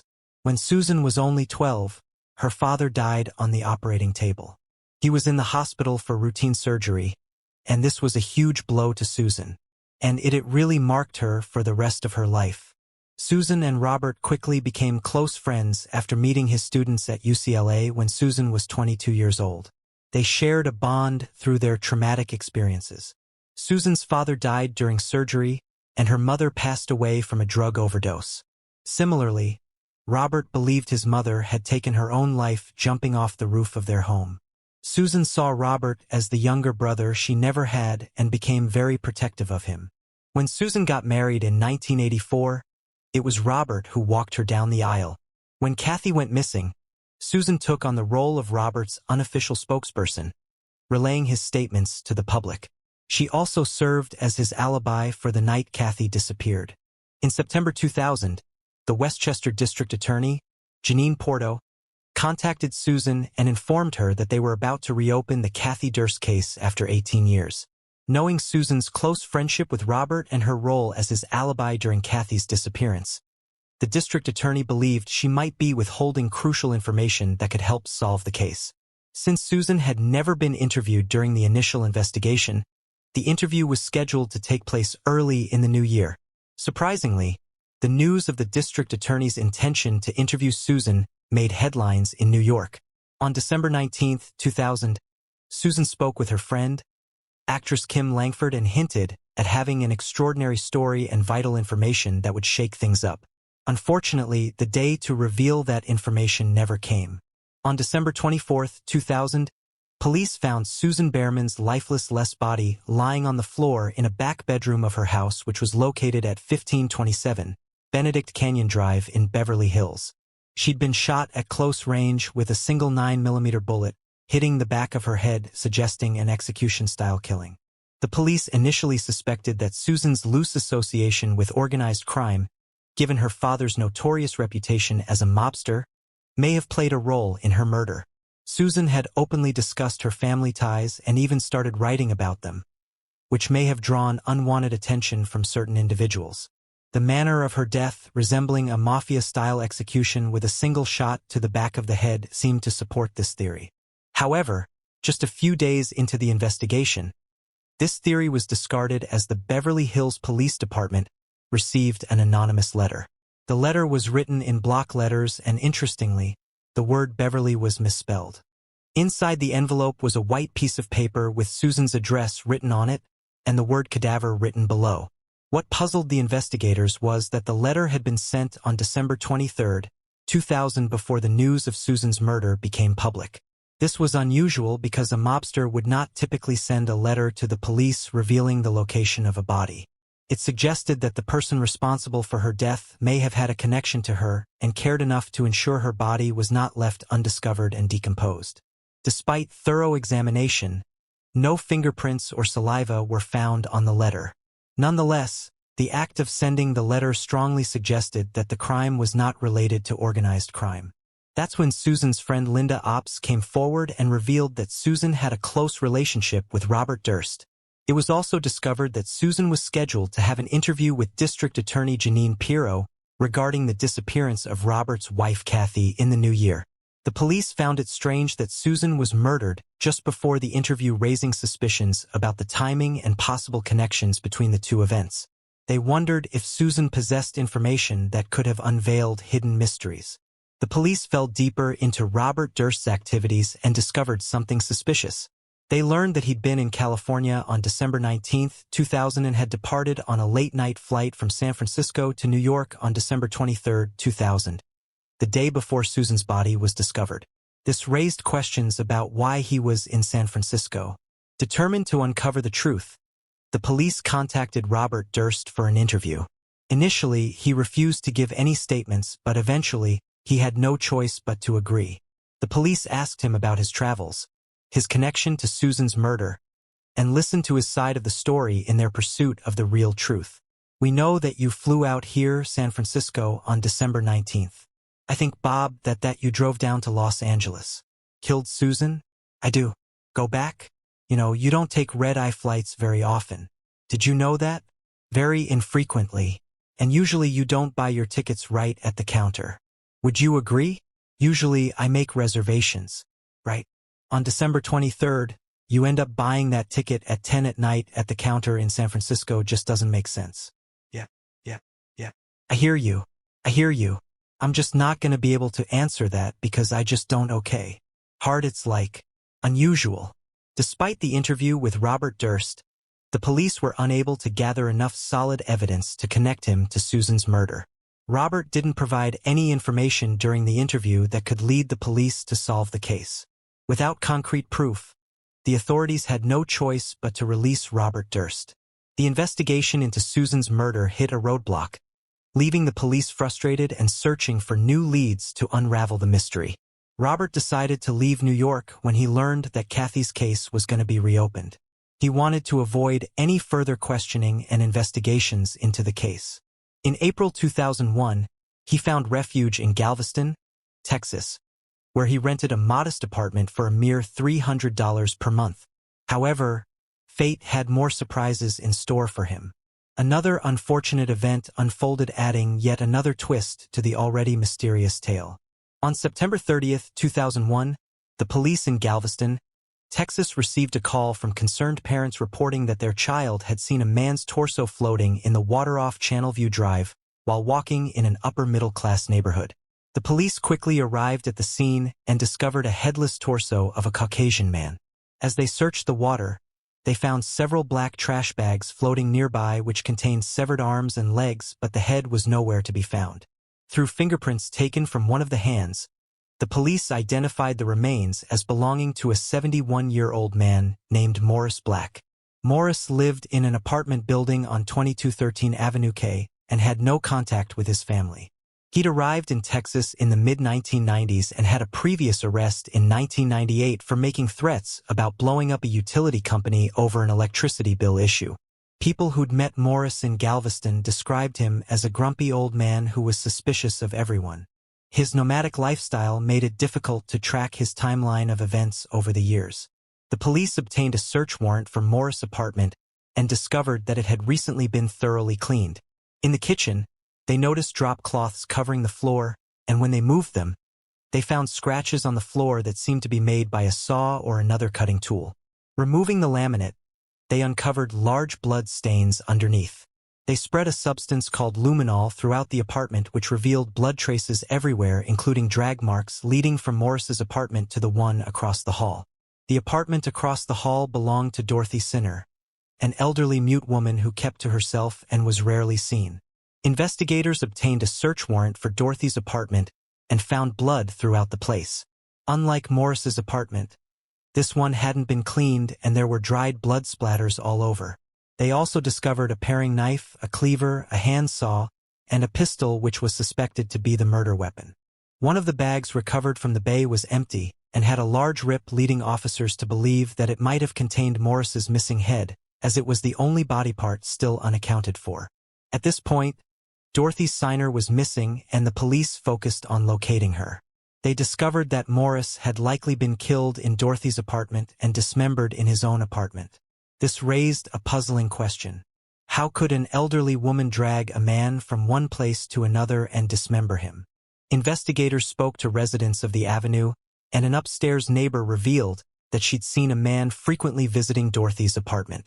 On the night of September 29, 2001, she witnessed this man carrying a heavy trash bag and putting it into a Honda CR-V. Additionally, when the police searched the garbage cans near the avenue, they found packaging for a 4-inch paring knife, a shell casing that could potentially belong to the pistol found in Dorothy's apartment, and a receipt from a local optometrist with Robert Durst's name on it. This discovery surprised the investigators as they wondered if Robert, along with Dorothy, was somehow connected to Morse's murder. To uncover the truth, the investigators checked the national database for information on Dorothy. On October 2, 2001, they were finally able to locate her. Surprisingly, she denied living in Galveston, Texas, and revealed that she was not mute. When asked about the second suspect, Robert, she admitted knowing him from their high school days in the 1950s. However, she hadn't spoken to him in decades and had no idea why an apartment was rented under her name. This raised suspicions about Robert's involvement in Morse's murder. On October 9, 2001, a Honda CR-V matching the description of the neighbor from Avenue K was discovered, and a search of the vehicle uncovered a saw and visible blood in the trunk. Finally, at 58 years old, for the first time, Robert Durst was arrested and charged with the murder of Morris Black. It was then revealed that to hide his true identity, he assumed the persona of Dorothy Steiner and pretended to be a mute woman using the name he borrowed from his former high school friend. During his time in Galveston, he was spotted wearing women's wigs and frequently visiting the library to search for articles about himself. He was held on a hefty bail amount of $300,000, which he easily paid and secured his release from custody. Surprisingly, he had no trouble paying this amount and was granted bail. However, instead of attending his court date on October 16, 2001, he quickly left Texas and went on the run. As a result, he was declared a fugitive by failing to appear in court as scheduled. After Robert became a fugitive, a search was initiated to find him. In the search for Robert Durst, a lawyer is asking him to surrender. Attorney Michael County made an appeal to him to turn himself in. "Robert, if you see this or hear this, please come home. You have loved ones who care about you here in New York. Your family is solidly, unifiedly behind you. The trust has the wherewithal to pay for your legal defense." On November 30, 2001, he was caught shoplifting at a Wegmans grocery store in Pennsylvania. When the police searched his vehicle, they discovered over $13,000 in cash, including nearly $600 in his pocket. They also found marijuana and a handgun. As a result, Robert faced charges for possessing the firearm and the shoplifting incident. He was extradited back to Texas to face more serious charges. And this time, he was held in custody without the option for bail. In January 2002, Robert Durst returned to Texas to face trial for the murder of Morris Black. During his testimony, Robert claimed that on September 28, 2001, he arrived home to find Morris in his apartment visibly angry. Even though Morse had a key to the apartment, Robert was not expecting him. Robert stated that he immediately suspected Morse of taking his stored pistol from the oven. And when he asked Morse about it, Morse allegedly stood up and pointed the gun at him. Robert asserted that in the struggle that ensued, he grabbed the pistol and both of them fell to the ground, resulting in the gun accidentally going off. Robert maintained that he never intentionally pulled the trigger, but the gunshot caused Morse's death. Robert claimed that after the incident, he tried to seek help from a neighbor, but nobody answered. So he returned to his apartment and began cleaning up the blood himself. He admitted to drinking a bottle of Jack Daniels and then proceeded to dismember Morse's body. He later disposed of the body parts by dumping them in the Galveston Bay. Robert explained that he did not go to the police because he believed they wouldn't believe his self-defense claim due to his past reputation and the suspicious circumstances.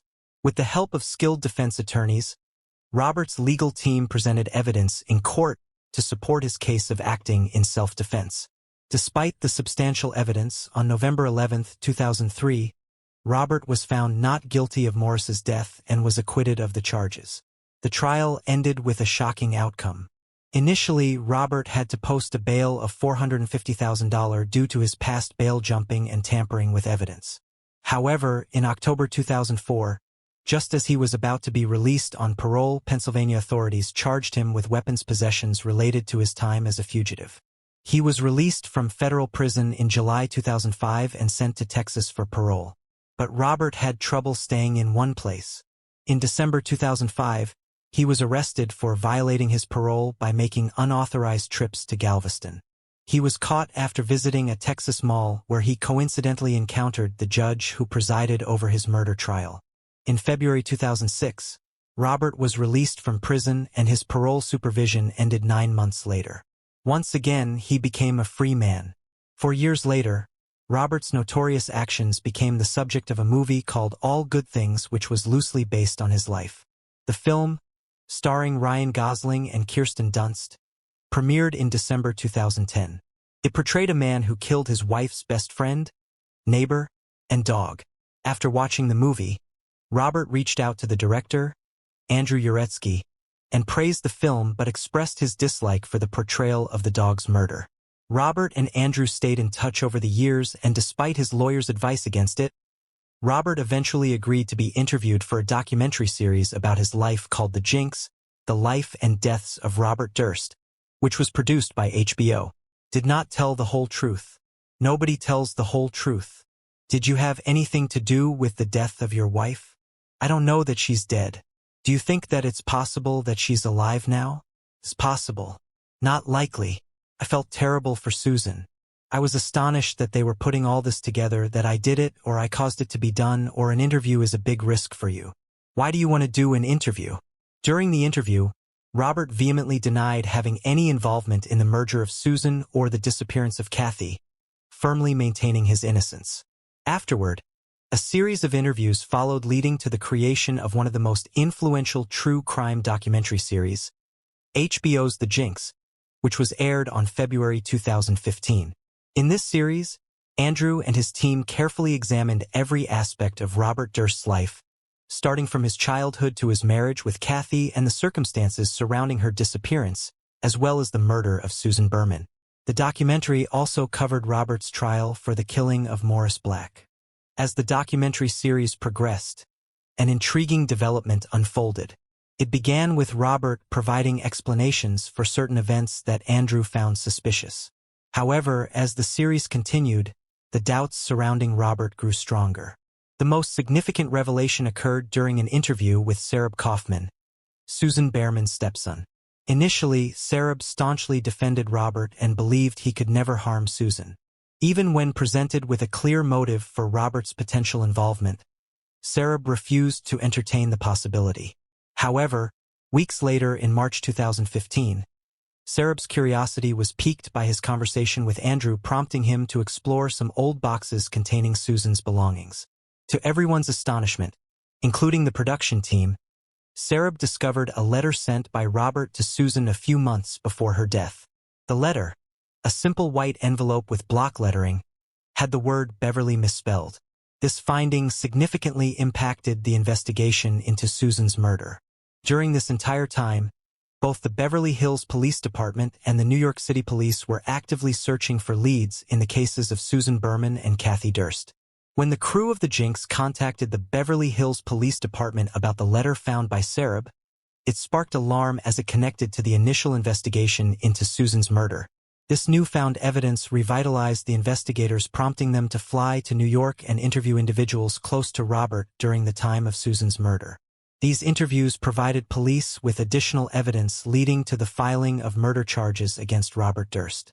He was eventually located in a hotel in New Orleans along with a .38 caliber revolver, $40,000, a map of Cuba, a shoulder-to-head latex mask, and fake IDs and passport, from which police understood that he was planning to fly to Cuba.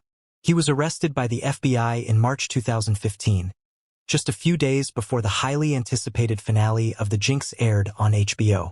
He's the infamous heir to one of the country's wealthiest real estate families, long suspected in connection with a pair of murders and a disappearance dating back decades.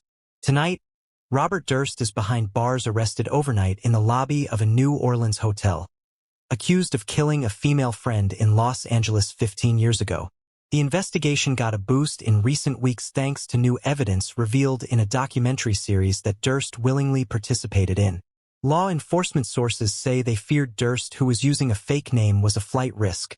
The next morning after his arrest, Robert had a court hearing where he was held on bail until an extradition hearing. In November 2016, he was moved to the Los Angeles County Jail to await trial for the murder of Susan Berman. On March 2020, Robert appeared in court for the start of his trial, which was anticipated to last for several months. However, due to the COVID-19 pandemic, the proceedings were postponed until May 17, 2021. On May 17, the jurors were asked if they could still be fair and impartial in the case despite the long break of 14 months. One juror was dismissed for not following the court's instructions to avoid following the trial in the news during the pandemic break. During a discussion about the content of the opening statements, the defense attorney, Dagger Rain, and the prosecutor, Lewin, got into a loud argument and had to be separated by another defense attorney, David Chesnoff. They were then scolded by the judge, Mark Wingham.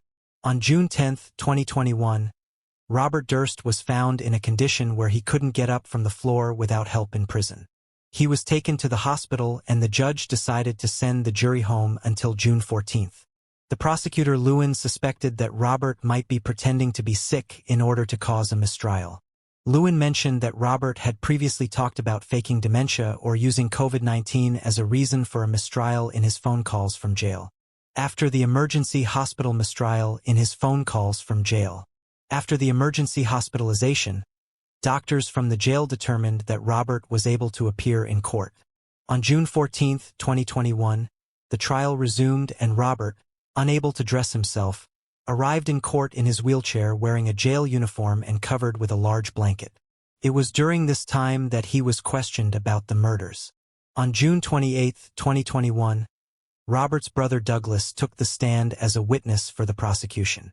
On September 17, 2021, the jury found Robert guilty of first-degree murder in the case of Susan Berman. This meant he could potentially receive a life sentence. He was also convicted on multiple special charges. Robert's lawyers expressed disappointment with the verdict and stated they'd explore all available options for appeal. On September 24, Robert's legal team filed a motion requesting a new trial. Their arguments mirrored those presented during the original trial, claiming that there was no physical evidence, the credibility of prosecution witnesses were questionable, and the entire case relied on an unproven theory. On October 14, 2021, Robert received a life sentence in prison with no chance of parole for the murder of Susan Berman. The court denied Robert's request for a new trial as there is ample evidence that pointed to his guilt in the case. On January 10, 2022, at the age of 78, Robert passed away due to a heart attack at San Joaquin General Hospital in Stockton, California. He was undergoing medical tests at the time of his death. Robert was still under the custody of the California Department of Corrections and Rehabilitation when he died. It's frustrating to know that Robert Durst lived a long life, reaching the age of 78. That's much longer than two of his victims, which is a heartbreaking thought. John Lewin, the prosecutor in Durst's trial, expressed his thoughts on the matter, saying that Durst remained hostile, unrepentant, and without remorse until the very end. It's a reminder of the pain and suffering his victims endured. His thoughts and sympathies lie with Robert's victims. From the unresolved disappearance of his first wife Kathy to the shocking murders of Susan Berman and Morse Black, Durst's story has been a chilling tale of deceit and violence. What are your thoughts on this case? Do you think Robert was really responsible for all the murders? Did he do it all on purpose? We'd love to hear from you. If there's a case you'd like us to cover, don't hesitate to drop your recommendations in the comments section below. January 4, 1964 was a Saturday, and 19-year-old Mary Sullivan was busy settling into her new apartment and still adjusting to Boston's lifestyle. She'd recently moved to the big city from her hometown of Cape Cod to pursue a college degree. But by the evening of that very same Saturday, something awful happened. However, it wasn't until dinner time when Mary's roommates returned from work and walked into her room only to find her cold, lifeless body. Who could have killed a kind-hearted girl like Mary? Was it done by someone Mary already knew? Or was there a killer on the loose? Boston, officially the city of Boston, is the capital and largest city of the Commonwealth of Massachusetts, and the cultural and financial center of the New England region of the northeastern United States. Boston is best known for its famous baked beans Fenway Park and the Boston Marathon. But this magnanimous city has its disadvantages as well. The violent crime rate in Boston is nearly double the national violent crime rate. People in Boston have a 1 out of 153 chance of becoming a victim of crime. While a majority of people stay alert and prepared in case of a mishap, that wasn't the case back in the 1960s. On January 4, 1964, Mary Sullivan met her gruesome end in the very same city of Boston. Mary Ann Sullivan was born on January 11, 1944, in a village called Hyannis in Barnstable County, Massachusetts, USA. Mary, along with her sister Diane Dodd and two brothers David Vincent Sullivan and John Michael Sullivan, was brought up by their parents Loretta Madden Sullivan and John Thomas Sullivan in the city of Cape Cod. During her teens, she was known to have an easygoing, sweet nature that was familiar to her friends and family. When Mary was a 19-year-old, she had already moved to Boston, Suffolk County, Massachusetts to pursue a career in an education. She got an apartment at Charles Street, Beacon Hill, with 2 roommates and was looking to work towards a college degree. But she was clueless about an awful tragedy she was about to become the victim of. It was on January 4, 1964. Just a little after sundown, when the skies were turning darker by the minute, Mary's roommates returned home from Phillies, their workplace. As they walked into the apartment, they saw Mary asleep on her bed and decided to let her sleep. But little did they know, a horrendous crime that would soon become the talk of the town had taken place in their very own apartment. They completed their usual household chores and then went on to prepare dinner. Thinking that Mary might be hungry as well, they tried to wake her up. It was then that they realized that Mary had been lying lifeless in her bed all this time. What followed were shrilling screams of Mary's roommates trying to absorb what they had just witnessed. A motorcycle officer responded to those screams coming from the apartment and walked in. He found Mary's dead body with a dark-colored nylon stocking and 2 scarves around her neck. Her body was also covered in a maroon blanket. Senior authorities were informed, and as they arrived, an investigation was launched. After an autopsy, they found a foreign bodily fluid in Mary's body and on the maroon blanket. The autopsy report concluded that Mary had been assaulted and strangled to death. As forensic technology wasn't as advanced as it is today, the detectives preserved the foreign bodily fluid found in Mary's body as evidence for future use.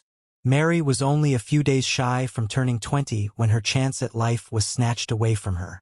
The Boston Police Department geared up to get their hands on the killer. The original investigators had identified 2 possible suspects in the case, both of whom had access to Mary's apartment. The suspects were Mary's ex-boyfriend and one of her roommate's boyfriend. An important piece of evidence that connected the ex-boyfriend to the case was an ascot that was found cut up in the toilet. Mary had bought her ex-boyfriend ascots as presents. At the time, Mary's sister Diane Dodd believed that the ex-boyfriend was abusive towards Mary and that there was a high chance that he killed her. When the detectives questioned the people in and around the area where the crime took place, an eyewitness stepped up with some information about Mary. He claimed that he'd seen a man matching the description of her roommate's boyfriend in her apartment on the day she was killed. The day before the murder took place, Mary's roommate had spent the entire day with that boyfriend. It also turned out that a key to Mary's apartment had gone missing and her roommate's boyfriend was accused of taking possession of it secretly. Things weren't looking good for Mary's ex-boyfriend and her roommate's boyfriend at the time. The investigation only led the detectives to believe that either one or both of them were involved in Mary's merciless murder. With years of professional experience in the field, the detectives had observed that in homicide cases like Mary's, the killer was often someone the victim already knew. And with that theory in their minds, the police were sure that Mary's case was solvable and they'd soon have their hands on the killer. The evidence against Mary's ex-boyfriend and the roommate's boyfriend was strong enough to make the detectives believe that at least one or both of them had murdered Mary. They were put under a microscope and were being tailed by the police at all times. The detectives were hopeful that sooner or later, the boys would make a mistake and lead them to a clue. The detectives dedicated long hours to each passing day, but found nothing that could crack Mary's case. Even after being watched very closely, neither Mary's ex-boyfriend nor her roommate's boyfriend made any suspicious move. The detectives wondered whether these boys were outsmarting them or if they were actually innocent. But based on the facts that both of them had easy access to Mary's apartment and how convenient it would have been for them to murder Mary and escape without being suspected of anything, the police refrained from clearing them of suspicion. After days of not finding anything that could link either of them to Mary's murder, the detectives decided to take a crucial step. To know for sure if the roommate's boyfriend was involved in Mary's murder or not, he was made to take a polygraph test. However, its results were kept undisclosed and were never released to the general public. We'd love to hear from you. Eventually, when the police could find no evidence against them, the investigation into Mary's ex-boyfriend and the roommate's boyfriend stopped and both were let off the hook. But Mary's family was still convinced that the person who killed her was someone she knew. In the next few days, Mary was buried at St. Francis Xavier Cemetery, Centerville, Barnstable County, Massachusetts, USA. A crowd of Mary's loved ones gathered as they mourned her sudden departure. The investigation into Mary's case was barely progressing, and a string of killings that had been going on around Boston terrorized the whole country and took up most of the police department's attention. From the early 1960s, multiple women across Massachusetts had become the target of a serial killer who was still on the loose. He'd first assault his victims and then strangle them till their last breath. Some called him the Mad Strangler, while most referred to him as the Boston Strangler because all the victims were killed either in or around Boston. But after Mary's murder, those assaults and killings halted. The people thought that it was finally all over. But by then, the Boston Strangler had already killed 13 women between June 14, 1962 and January 4, 1964. The ages of the women killed ranged from 19 to 85. Most of them were single and had been assaulted, but all of them had been killed in their apartments and were strangled with some form of ligature that the killer found at the scene. The victims resided in the Back Bay, Beacon Hill, Brighton, Dorchester, Fenway, the South End, Cambridge, Lawrence, Lynn, and Salem, which were all in and around Boston. The police departments of the targeted areas were on alert at all times. Many residents purchased tear gas and new locks and deadbolts for their doors. Some women even moved out of the area. Police said the serial killer notoriously known as the Boston Strangler was a man who would dupe his way into the homes of trusting, unsuspecting women only to kill them once they let him inside. Initially, the police and the public were convinced that all the murders were the actions of one person. However, that theory was later put into doubt. With no sign of forced entry into their homes, the women were assumed to have let their killer in either because they knew him or because they believed him to be an apartment maintenance man, a delivery man, or some other serviceman. Even though the murders had stopped, the police didn't stop their search for the Boston Strangler. After his first assault and murder of a woman named Anna Slessors, a 55-year-old woman from Gainsborough Street, Boston, the attacks continued despite extensive media publicity. The case baffled the 5 separate district attorneys' offices investigating the murders because of the spread-out locations of the victims. But about 8 months after Mary's murder, on October 27, 1964, the police got a lead in the Boston Strangler killings. A woman reported that a stranger entered her home posing as a detective and then forcefully tied her to her bed. After that, he assaulted her and suddenly left. Before leaving, he apologized to the woman for what he did to her. The woman sat down with the detectives and gave a description of the man who had attacked her. This helped the police come up with a rough sketch of the man. The sketch was published in multiple newspapers and hung up in public areas. Soon, many women found the face in the sketch familiar and identified him as the man who'd assaulted them. An extensive search for the man guided the detectives to a 33-year-old man named Albert Henry DeSalvo. As many women had confirmed that this man was their assailant, he was arrested. Albert Henry DeSalvo was born on September 3, 1931 in Chelsea, Suffolk County, Massachusetts. His father, Frank DeSalvo, a plumber, and mother, Charlotte Irene Roberts Canosian. Then DeSalvo parented a total of 6 children. Albert's siblings were named Joseph Frank, Dorothy May, Richard Edward, Frank Jr., and Charlotte Irene DeSalvo. Albert grew up in an unpleasant environment at home as his father used to abuse Charlotte, Albert's mother, habitually. He was jailed twice for mistreating his family before Charlotte finally divorced him in 1944. Frank then married a woman named Mary Morrill, and Charlotte married a man named Vascon Paul Kinosian. As a young teenager, Albert turned out to be a notorious one and was arrested for breaking and entering homes to steal multiple times. At the age of just 17, he joined the army. Albert was stationed in Germany, where he met a German girl named Irmgard Beck and married her in 1953 in Frankfurt, Germany. He went on to have 2 children with Irmgard, a daughter named Judy and a son named Michael. Judy was born handicapped while Michael was a healthy child. Reassigned to Fort Dix, New Jersey, Albert was charged with abuse of a 9-year-old girl in January 1955, but the charges were dropped when the girl's mother failed to press charges. Albert was given an honorable discharge from the Army the next year. He was arrested in March 1960 for burglary, but was sentenced to 2 years for attempted breaking and entering. It was after his release in 1962 when he began his assaults on women. After his arrest in 1964, police sent Albert to Bridgewater State Hospital for his psychiatric observation. While he was there, he confessed to several murders to a fellow inmate named George Nasser, who was also a convicted murderer. Nasser reported the confession to his attorney, F. Lee Bailey. Bailey then went to police with the information, and he said Albert demonstrated that he knew details that only the killer would know. Albert was not initially suspected of being involved with the strangling murders. However, Albert stuck to his confession, saying that he was the Boston Strangler, and provided precise details about 11 of the 13 murdered women that were linked to the Boston Strangler. The police were impressed at the accuracy of DeSalvo's descriptions of the crime scenes.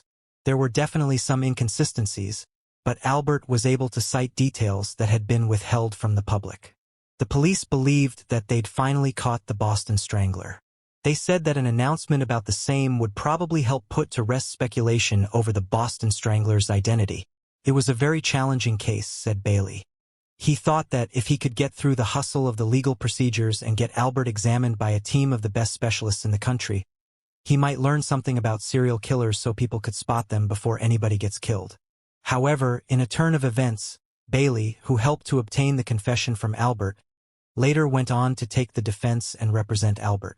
Despite admitting to carrying out Mary's and other women's assault and murder, Albert was never charged for those crimes. This was because no physical evidence substantiated his confession, and hence, his confession was ruled inadmissible in court. However, Albert was sentenced to life in prison on unrelated charges involving armed robberies and other assaults. Albert's attorney Bailey believed that his client was actually the killer. Bailey brought up Albert's confession to the murders as part of his client's abusive history at the trial in order to assist in gaining a not guilty by reason of insanity verdict to the assaults and murders. But it was ruled as inadmissible by the judge. Convicted of the unrelated assaults, Albert was sentenced to life in prison in 1967. In February of that same year, Albert did something peculiar. He escaped with 2 fellow inmates while he was at the Bridgewater State Hospital. It was never known whether he and the other inmates had been planning the escape or if it was something that happened indecisively in the heat of the moment. The escape triggered a full-scale manhunt. A note written by Albert was found on his bunk addressed to the superintendent. In the note, Albert stated that he'd escaped to focus attention on the conditions of the hospital and his own situation. Surprisingly, right after his escape, Albert disguised himself as a U.S. Navy petty officer, 3rd class, but he gave himself up the following day. After his surrender, he was transferred to the maximum security Walpole State Prison. 6 years after his transfer, on November 26, 1973, Albert was found mysteriously stabbed to death in the infirmary of the same prison. It was believed he was killed sometime on November 25, 1973. He was 42. The details of his killer's identity were never made public. He was buried at Puritan Lawn Cemetery in Peabody, Essex County, Massachusetts, USA. While some did believe that Albert was the Boston Strangler, the others were sure that the real culprit was still roaming the streets. The detectives, too, were still confused about who really committed the Boston slayings, even though most of them were sure that Albert was, in fact, the Boston Strangler. However, the identity of the Boston Strangler was never confirmed, and the case was put to rest. Nearly 3 decades after Albert's murder, the untouched question which had almost faded away resurfaced.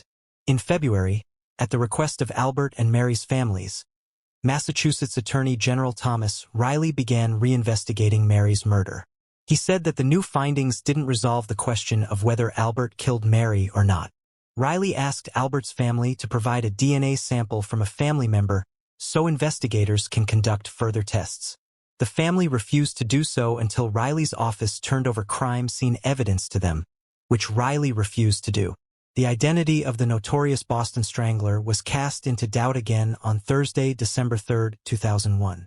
This happened when a team of forensic scientists exhumed the body of Mary sometime in February and Albert's body on Friday, October 26, 2001. They revealed the test conducted on Mary's clothing and remains discovered DNA from two individuals other than Mary. Neither of them was a match for Albert. Hence, the new DNA evidence failed to link Albert, the man who confessed to the string of 1960s rape murders, to Mary's killing. It's indicative, strongly indicative, of the fact that Albert DeSalvo was not the murderer of Mary Sullivan, said James Starrs, a George Washington University professor of law and forensic science who headed the forensic team. But former Massachusetts prosecutor Julian Soshnick, who interviewed Albert twice after he confessed to the killings in 1965, said the results don't prove Albert's innocence in Mary's murder or any of the other killings. It doesn't prove anything except that they found another person's DNA and a part of Miss Sullivan's body, said Soshnick. He also added that the Strangler didn't assault all of his victims. The question whether Albert was indeed the Boston Strangler raised many doubts. Some of those doubts were, there was never any physical evidence putting Albert at the crime scenes. He didn't match witness descriptions of possible suspects. And he was never on investigators' original list of more than 300 suspects. But Soshnick said he specifically asked Albert about Mary's case and 7 or 8 of the other murders, and Albert knew details that only the killer would know. He knew facts that were never revealed to the public or the media. For instance, Albert described accurate details about what type of ligatures were used and how they were tied. I believe that Albert was the Boston Strangler, Sasha concluded. Mary's nephew, Casey Sherman, who had believed for years that another man killed his aunt, was still not convinced that Albert was the Strangler. If he didn't kill Mary Sullivan, yet he confessed to it in glaring detail, he didn't kill any of these women, Casey said.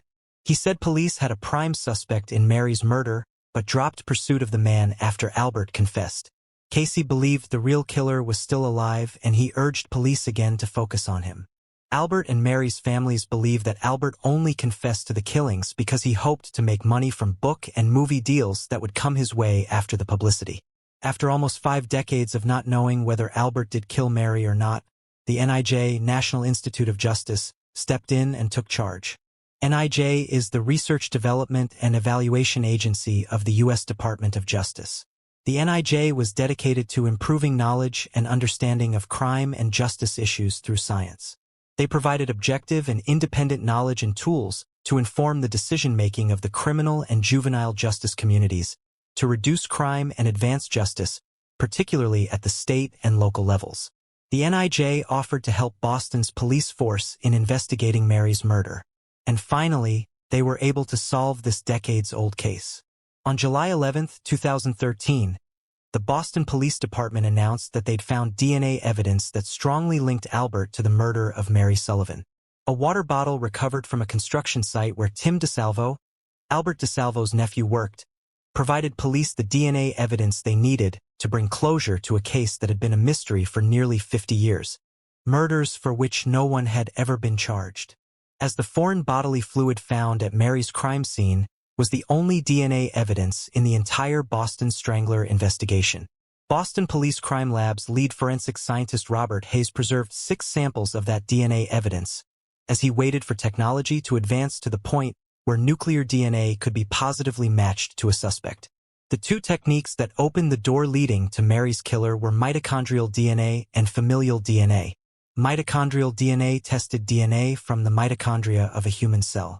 Humans inherit mitochondrial DNA solely from their mother. Thus, siblings with the same mother would have identical mitochondrial DNA to each other, assuming that no mutation had occurred. Familial DNA analysis was based on the STR profiles found in databases such as the CODIS, combined DNA index system. The profile came from 13 locations in the genome. If all 26 alleles match a DNA profile in the database, it indicates that the DNA sample is the same man. First, the police had to make sure that the Y chromosomes in those DNA samples were a familial match to Albert in order to convince a judge to let the investigators disturb his grave again. So the Boston Police Department's Sergeant Brian Albert, a surveillance expert, followed Albert's nephew, Tim DeSalvo, to his worksite in Boston and retrieved a water bottle he drank from and left behind. Although the DNA recovered from the bottle was a familial match with the genetic material preserved from Mary's murder, it wasn't enough to close the case with certainty. But with the investigators' recent findings, a judge approved a warrant for Albert's exhumation, so a DNA sample could be taken directly from him. On Friday, July 12, 2013, DeSalvo's grave was excavated and his remains were transported to the office of the chief medical examiner. A DNA sample was extracted with the hopes of getting an exact match. Comparisons were made and the match was confirmed. Massachusetts top law enforcement officials revealed that DNA preserved from the body of the Boston Strangler's last victim, Mary Sullivan, can now be linked with great certainty to the late Albert DeSalvo. This is good evidence. This is strong evidence. This is reliable evidence. There can be no doubt, Suffolk County District Attorney Dan Conley said of the new DNA result. Familial match between biological evidence recovered from the crime scene and a suspect in Mary Sullivan's murder. That suspect is Albert DeSalvo. The match excluded 99.9% of the male population from suspicion in Mary Sullivan's killing.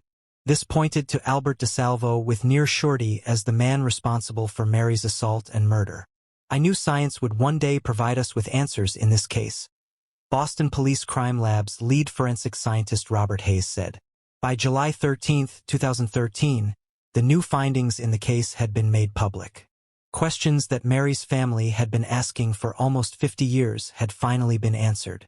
Those answers provided comfort to Casey Sherman, Mary Sullivan's nephew whom she'd never met. I've lived with Mary's memory every day my whole life. And I didn't know nor did my mother know that other people were living with her memory as well. And it's amazing to me today to understand that people really did care about what happened to my aunt. In February 2003, Casey even wrote a book called A Rose for Mary about the investigation he launched to relieve his mother of her nightmares. Casey's mother Diane, Mary's younger sister, was just 17 when Mary was murdered. Diane finally got a sense of relief and closure when Mary's murderer's identity was confirmed. They and the families of all homicide victims should know that we will never stop working to find justice, accountability, and closure on their behalf, Suffolk County District Attorney Dan Conley said. Boston Police Commissioner Edward Davis praised the work of the relentless cold case squad, who refused to give up and waited until science advanced enough to crack the cold case. There were no comments made by Albert's family once he was identified as the Boston killer. But Elaine Sharp, a lawyer for the DeSalvo family, argued that the police had not legitimately identified Albert as the Boston Strangler. She added that Tim DeSalvo, Albert's nephew, did not know he'd been followed and inadvertently provided the evidence for the search warrant that led to Albert's body being exhumed. Just because they had DNA doesn't mean Albert DeSalvo killed her, Sharp said. Albert's family believed that there would still be reasonable doubt that Albert killed Mary even if additional DNA tests showed a 100% match. Sharp also stated that private testing of Mary's remains showed other male DNA was present as well. Massachusetts Attorney General Martha Coakley dismissed that assertion and said that the investigators may have solved one of the nation's most notorious serial killings. Like father, like son. Michael DeSalvo, Albert DeSalvo's son, who was born in 1960, didn't have a great life either. On the night of December 8, 2005, a 25-year-old girl named Angela Drake was reported missing. 2 weeks later, her half-naked body was found in a drainage ditch. An investigation led the police to Michael, and some of Angela's belongings, such as her identity card and clothing, were recovered from his place. With such strong evidence, he was immediately linked to Angela's murder and was arrested. He was 45 at the time. Michael later confessed that he killed Angela on the night of December 22, 2005 in Wisconsin. Once produced in court, Michael pleaded no contest of first-degree reckless homicide. narrowly dodging a first-degree murder conviction. Based on his guilty plea, Michael was sentenced to 25 years in prison on May 2, 2007. He was also sentenced to an additional 10 years of extended supervision, which the judge allowed him to serve in Minnesota provided he didn't return to Wisconsin. Michael was incarcerated at the Stanley Correctional Institution in Stanley, Wisconsin, with the possibility of his release by 2031. Since there were 2 other DNA samples recovered from the crime scene where Mary was murdered, do you think that Albert DeSalvo really was the Boston Strangler and responsible for killing Mary Sullivan? If not, to whom did those DNA samples belong? Let us know your thoughts. It was February 21, 1977 at around 8:40 p.m. when the Chicago Fire Department got a call from a concerned resident who noticed smoke emerging from an apartment on a lower floor. The firefighters promptly arrived at the scene and proceeded to inspect the apartment in search of any survivors. They made an unfortunate discovery when they came across the lifeless body of 48-year-old Teracita Basa. However, it was evident that Teracita had not succumbed to the fire as a knife was still lodged in her chest. There appeared to be a far more twisted cause behind her demise. What was so unbelievable about this particular case? What could have happened that this case became an inspiration for movies and books for decades to come? Chicago is a vibrant city situated in the northeastern part of Illinois, USA. Known as the Windy City, it's nestled along the southwestern shore of Lake Michigan. The residents embrace a vibrant urban lifestyle with a rich cultural scene, renowned architecture, and diverse neighborhoods. However, like any major metropolis, Chicago does face challenges regarding crime. When compared to communities of all sizes across America, Chicago stands out with one of the highest crime rates at 33 incidents per 1,000 residents. Homicides and gun violence have been areas of concern, contributing to a perception of a higher crime rate compared to other cities. Moreover, the intriguing case of Teracita Basa unfolded in the bustling city of Chicago from 1977 onwards. Teracita Basa, born in the Philippines in 1929, embarked on a new chapter in her life when she immigrated to the United States in the 1960s. Initially drawn to study music, she developed a newfound interest in the human body and transitioned to work as a respiratory therapist at Edgewater Hospital near Chicago. Alongside her career, Teracita pursued a master's degree in music, showcasing her ambition and dedication. She even performed in a band called Mahogany 5+1. Colleagues and friends described her as an intelligent yet quiet woman who had a laid-back lifestyle. Despite the demands of her work and studies, Teracita found joy in sharing her musical talents with the community by teaching neighborhood children how to play the piano. Teracita made the decision to rent an apartment in the Lincoln Park area, which had a somewhat dubious reputation during the 1970s. Despite its sketchy nature, she sought out a spacious apartment that could accommodate her beloved piano. Fortunately, her well-paying job provided her with the means to afford the dwelling of her dreams. While Teracita's life seemed to be going well in many aspects, one significant element was missing: a life partner with whom she could share her future. However, she was single even in her late 40s by choice. Her decision to remain single was influenced by an incident that occurred about a decade earlier when she was in a relationship with a man from Chicago. They were having quite a good life and she was planning on getting married soon. Her boyfriend even flew with her to her home in the Philippines and quickly earned her family's trust. However, it all changed one night when her boyfriend found himself in a compromising situation, discovered naked with a teenage girl on his lap in the midst of a red light area. When Teracita's father learned of this, he threw him out of their home, abruptly concluding their love story. This heartbreaking betrayal left Teracita with deep wounds and a loss of trust in romantic relationships. From that point forward, she made the conscious decision never to pursue dating again. As time passed, Teracita made a life-altering decision to spend the remainder of her days in the United States. The country had become her home, and the bond she had formed with her friends and community played a significant role in solidifying her commitment to staying. Teracita's life prior to her immigration from the Philippines remained shrouded in mystery, but her passion for music and dedication to her profession left a lasting impact on those who knew her. Moreover, Her humble and hard-working nature made her an unlikely victim in the unfortunate events that were soon to unfold.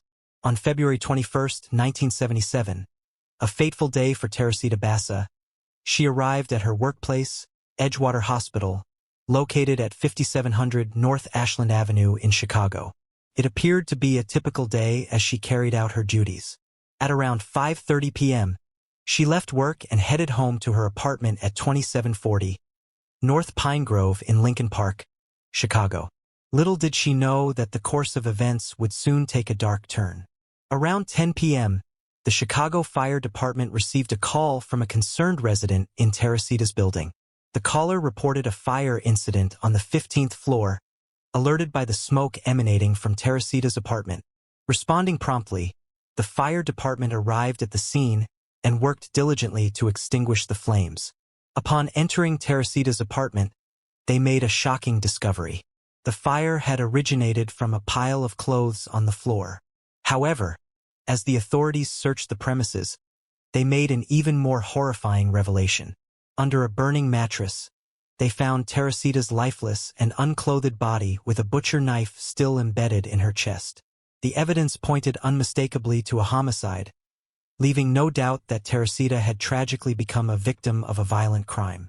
Teracita Basa's tragic discovery revealed a gruesome scene as her body exhibited multiple stab wounds with the knife still lodged in her chest. Upon arriving at the scene, the investigators from the Chicago Police Department immediately noticed the perpetrator's deliberate attempt to conceal their actions by starting a fire in the apartment. Despite the initial suggestion of an assault due to Teracita's bareness, the autopsy results contradicted this assumption. The investigators faced a perplexing case, lacking an apparent motive for the crime. The intensity of the fire had destroyed most physical evidence, making the investigation more challenging. Only a few strands of hair were found on Teracita's left arm. Even Teracita's background didn't indicate any known enemies or involvement in high-risk activities. However, a key lead emerged when the investigators discovered a note with a cryptic message, "Get theater tickets for AS," offering a clue to unravel the case. However, despite the diligent efforts of investigators, the case of Teracita's murder seemed to lead nowhere. Her friends and neighbors were unaware of anyone who would have wished her harm, and there were no noticeable anomalies on the night of the incident. However, a significant breakthrough occurred when the police began interviewing Teracita's colleagues at the Edgewater Hospital. During these interviews, they discovered that a doctor from the hospital had spoken with Teracita on the phone on the night of the murder. According to his account, while engaged in conversation around 7 p.m., he heard a knock at Teracita's door while on the call with her. Although she didn't disclose the visitor's identity, she mentioned that they were interested in purchasing concert tickets. Further investigation uncovered another call made to Teracita that night. Ruth Loeb, her colleague, had reached out to plan a lunch date, but she heard a man's voice in the background. Ruth offered to call back later if Teracita was occupied. When she was questioned by the investigators about the man's voice or any suspicious behavior, Ruth described the conversation as entirely normal, even noting that she heard Teracita laugh at something he said. Based on these statements, investigators concluded that the killer was a man known to Teracita. They believed he'd been present at her apartment between approximately 7:40 p.m. and 8:30 p.m. Armed with this timeline, investigators pursued various leads, but each one ultimately led to dead ends. The initials AS that the investigators found on the letter surfaced as a potential clue, but the meaning of the letters remained unknown. By April 1977, the investigation had reached a standstill, and Teracita Basa's case went cold. However, in an intriguing turn of events, Detective Joseph Stachula, who was handling Teracita Basa's case, received a lead in August 1977, 5 months after the murder. The Evanston police informed him about a man named Alan Showery, who happened to work at Edgewater Hospital just like the victim. What made this discovery even more intriguing was that Showery shared the same initials as the note found in Teracita's apartment. The circumstances surrounding how the Evanston police became aware of Showery were peculiar. To delve deeper into Alan Showery and gather more information about the case, Detective Stachula was instructed to reach out to Dr. Jose Chua, the individual who had provided the details to the Evanston police. Just like Teracita, Dr. Chua and his wife Remy Bias were immigrants from the Philippines residing in Evanston. Detective Stachula faced initial reluctance from the couple who harbored fears that their account would be dismissed by authorities due to how unbelievable it sounded. Their concerns were valid considering the extraordinary nature of the story they wanted to share. It required persistent persuasion from Stachula before Dr. Chua mustered the courage to disclose what he knew. Dr. Chua recounted a perplexing incident where his wife, Remy, abruptly rose from their living room and proceeded into their bedroom. Intrigued, he followed her and discovered her lying on the bed in a trance-like state. To his astonishment, when he inquired about her condition, she began speaking in a different voice, using their native language Tagalog. Seeking to ascertain her love of lucidity, he posed the question, "What's your name?" To which she replied, "Akawe Teracita Basa," meaning "I am Teracita Basa." Dr. Jose Chua clarified that he had no prior knowledge of Teracita or her murder. Engaging in a conversation with his wife, Remy, who seemed to be in an altered state, he continued to communicate with her. It was during this state that she identified herself as Teracita Basa and disclosed the name of the person responsible for Teracita's death. It was indeed Alan Showery, the AS in the note found in Teracita's burnt apartment. Remy revealed that she'd allowed Showery into her apartment under the assumption of their friendship, only to be stabbed by him. After the trans ended, Remy returned to her usual self and the couple discussed the extraordinary incident. They made the mutual decision to keep the matter confidential, fearing that others would dismiss their account as implausible and ridicule them. They were content to keep the experience within their own knowledge, unwilling to risk being viewed as foolish or unreliable by sharing such an extraordinary occurrence. Could it truly be the spirit of Teracita possessing Remy? Could spirits actually exist, and could they go to such lengths to find peace? These questions pushed the boundaries of belief and tested the detective's grasp on reality.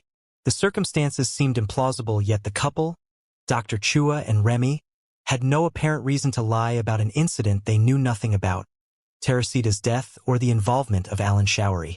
The homicide case had taken an unexpected turn, transforming into a supernatural story in the blink of an eye. The detective and everyone else were unsure how to deal with the situation involving spirits and their supposed involvement in the real world. Despite the skepticism, they couldn't afford to dismiss this startling revelation. It stood as the most significant lead they'd stumbled upon in their prolonged investigation, urging them to explore its implications further, no matter how extraordinary they may seem.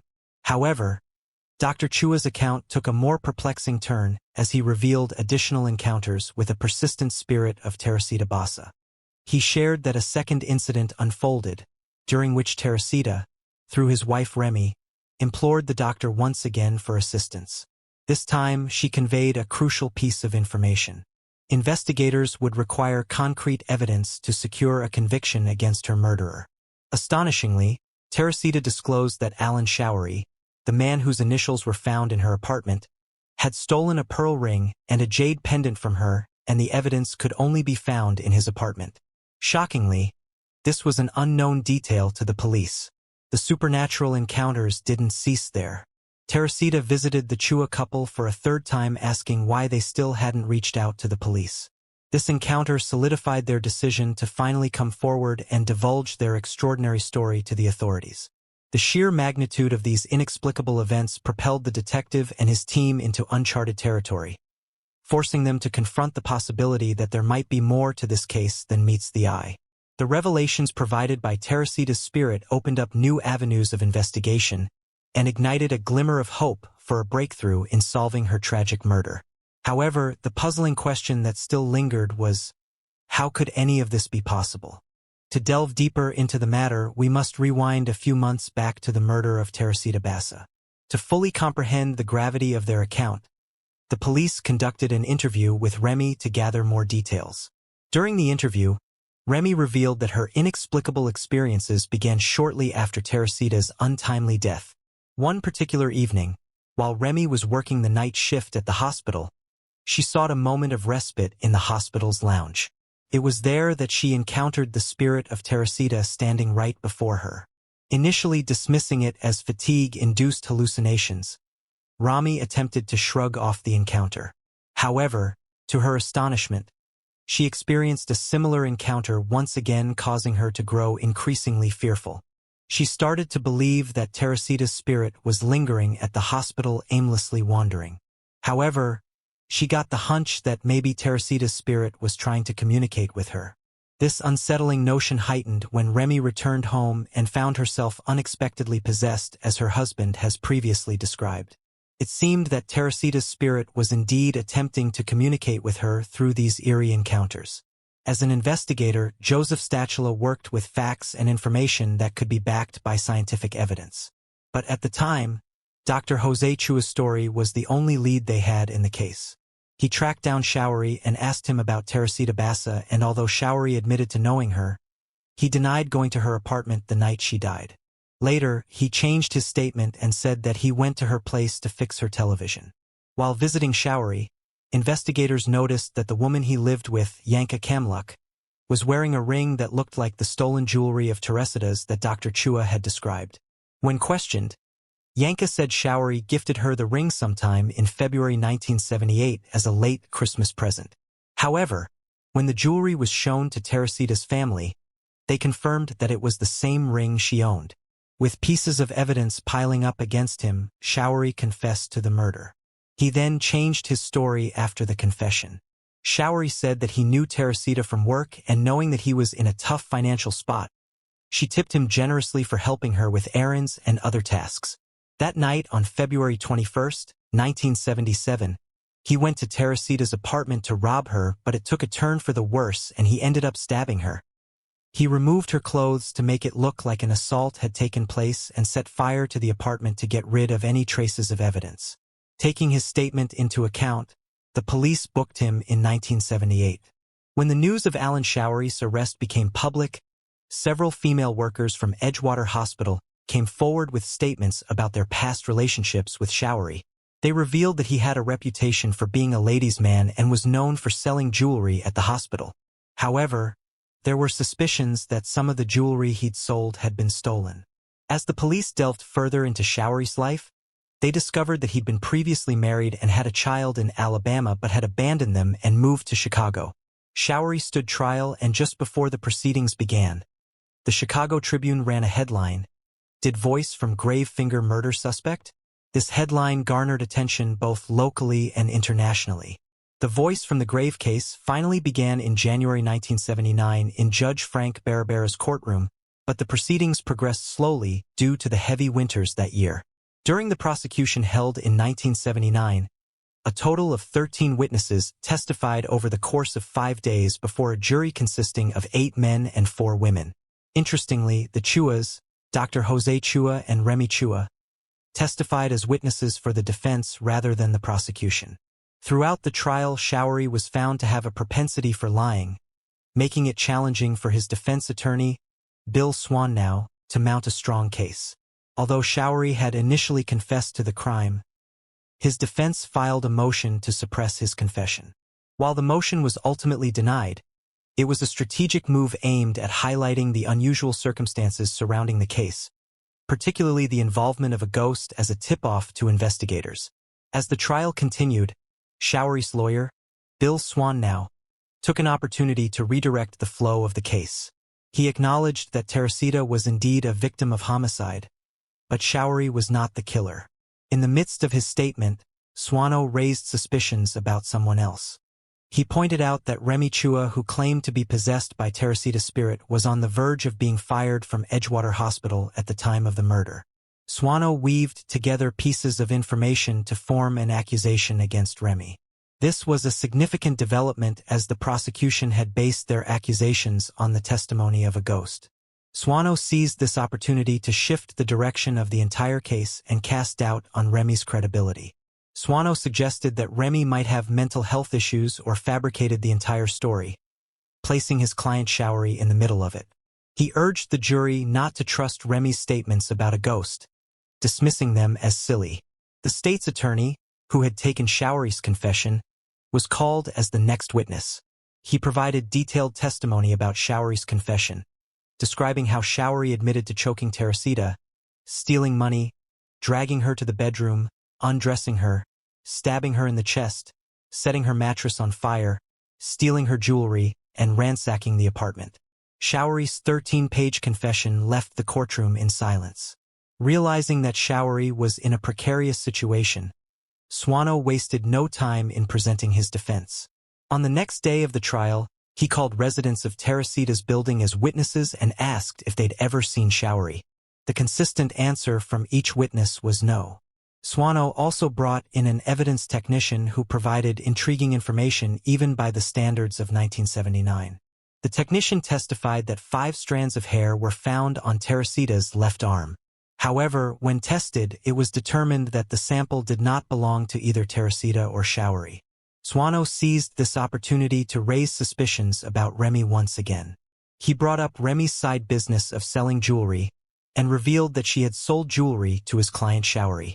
With this new twist in the case, Remy found herself facing intense interrogation. Swano asked her if she had sold Teracita's jewelry to Showery, to which she replied no.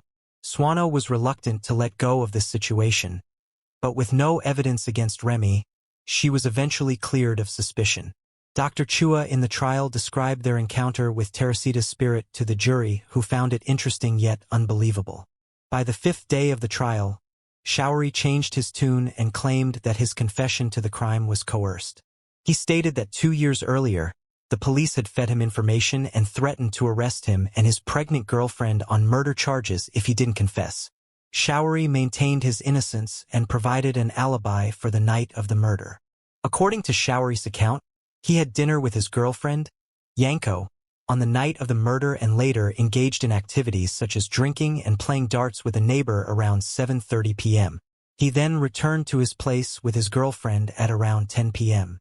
The judge faced a challenging task of reaching a definitive conclusion as the trial progressed and various statements were presented. On one side, there was evidence and suspicions, while on the other side, there was a perplexing factor of a message from a ghost.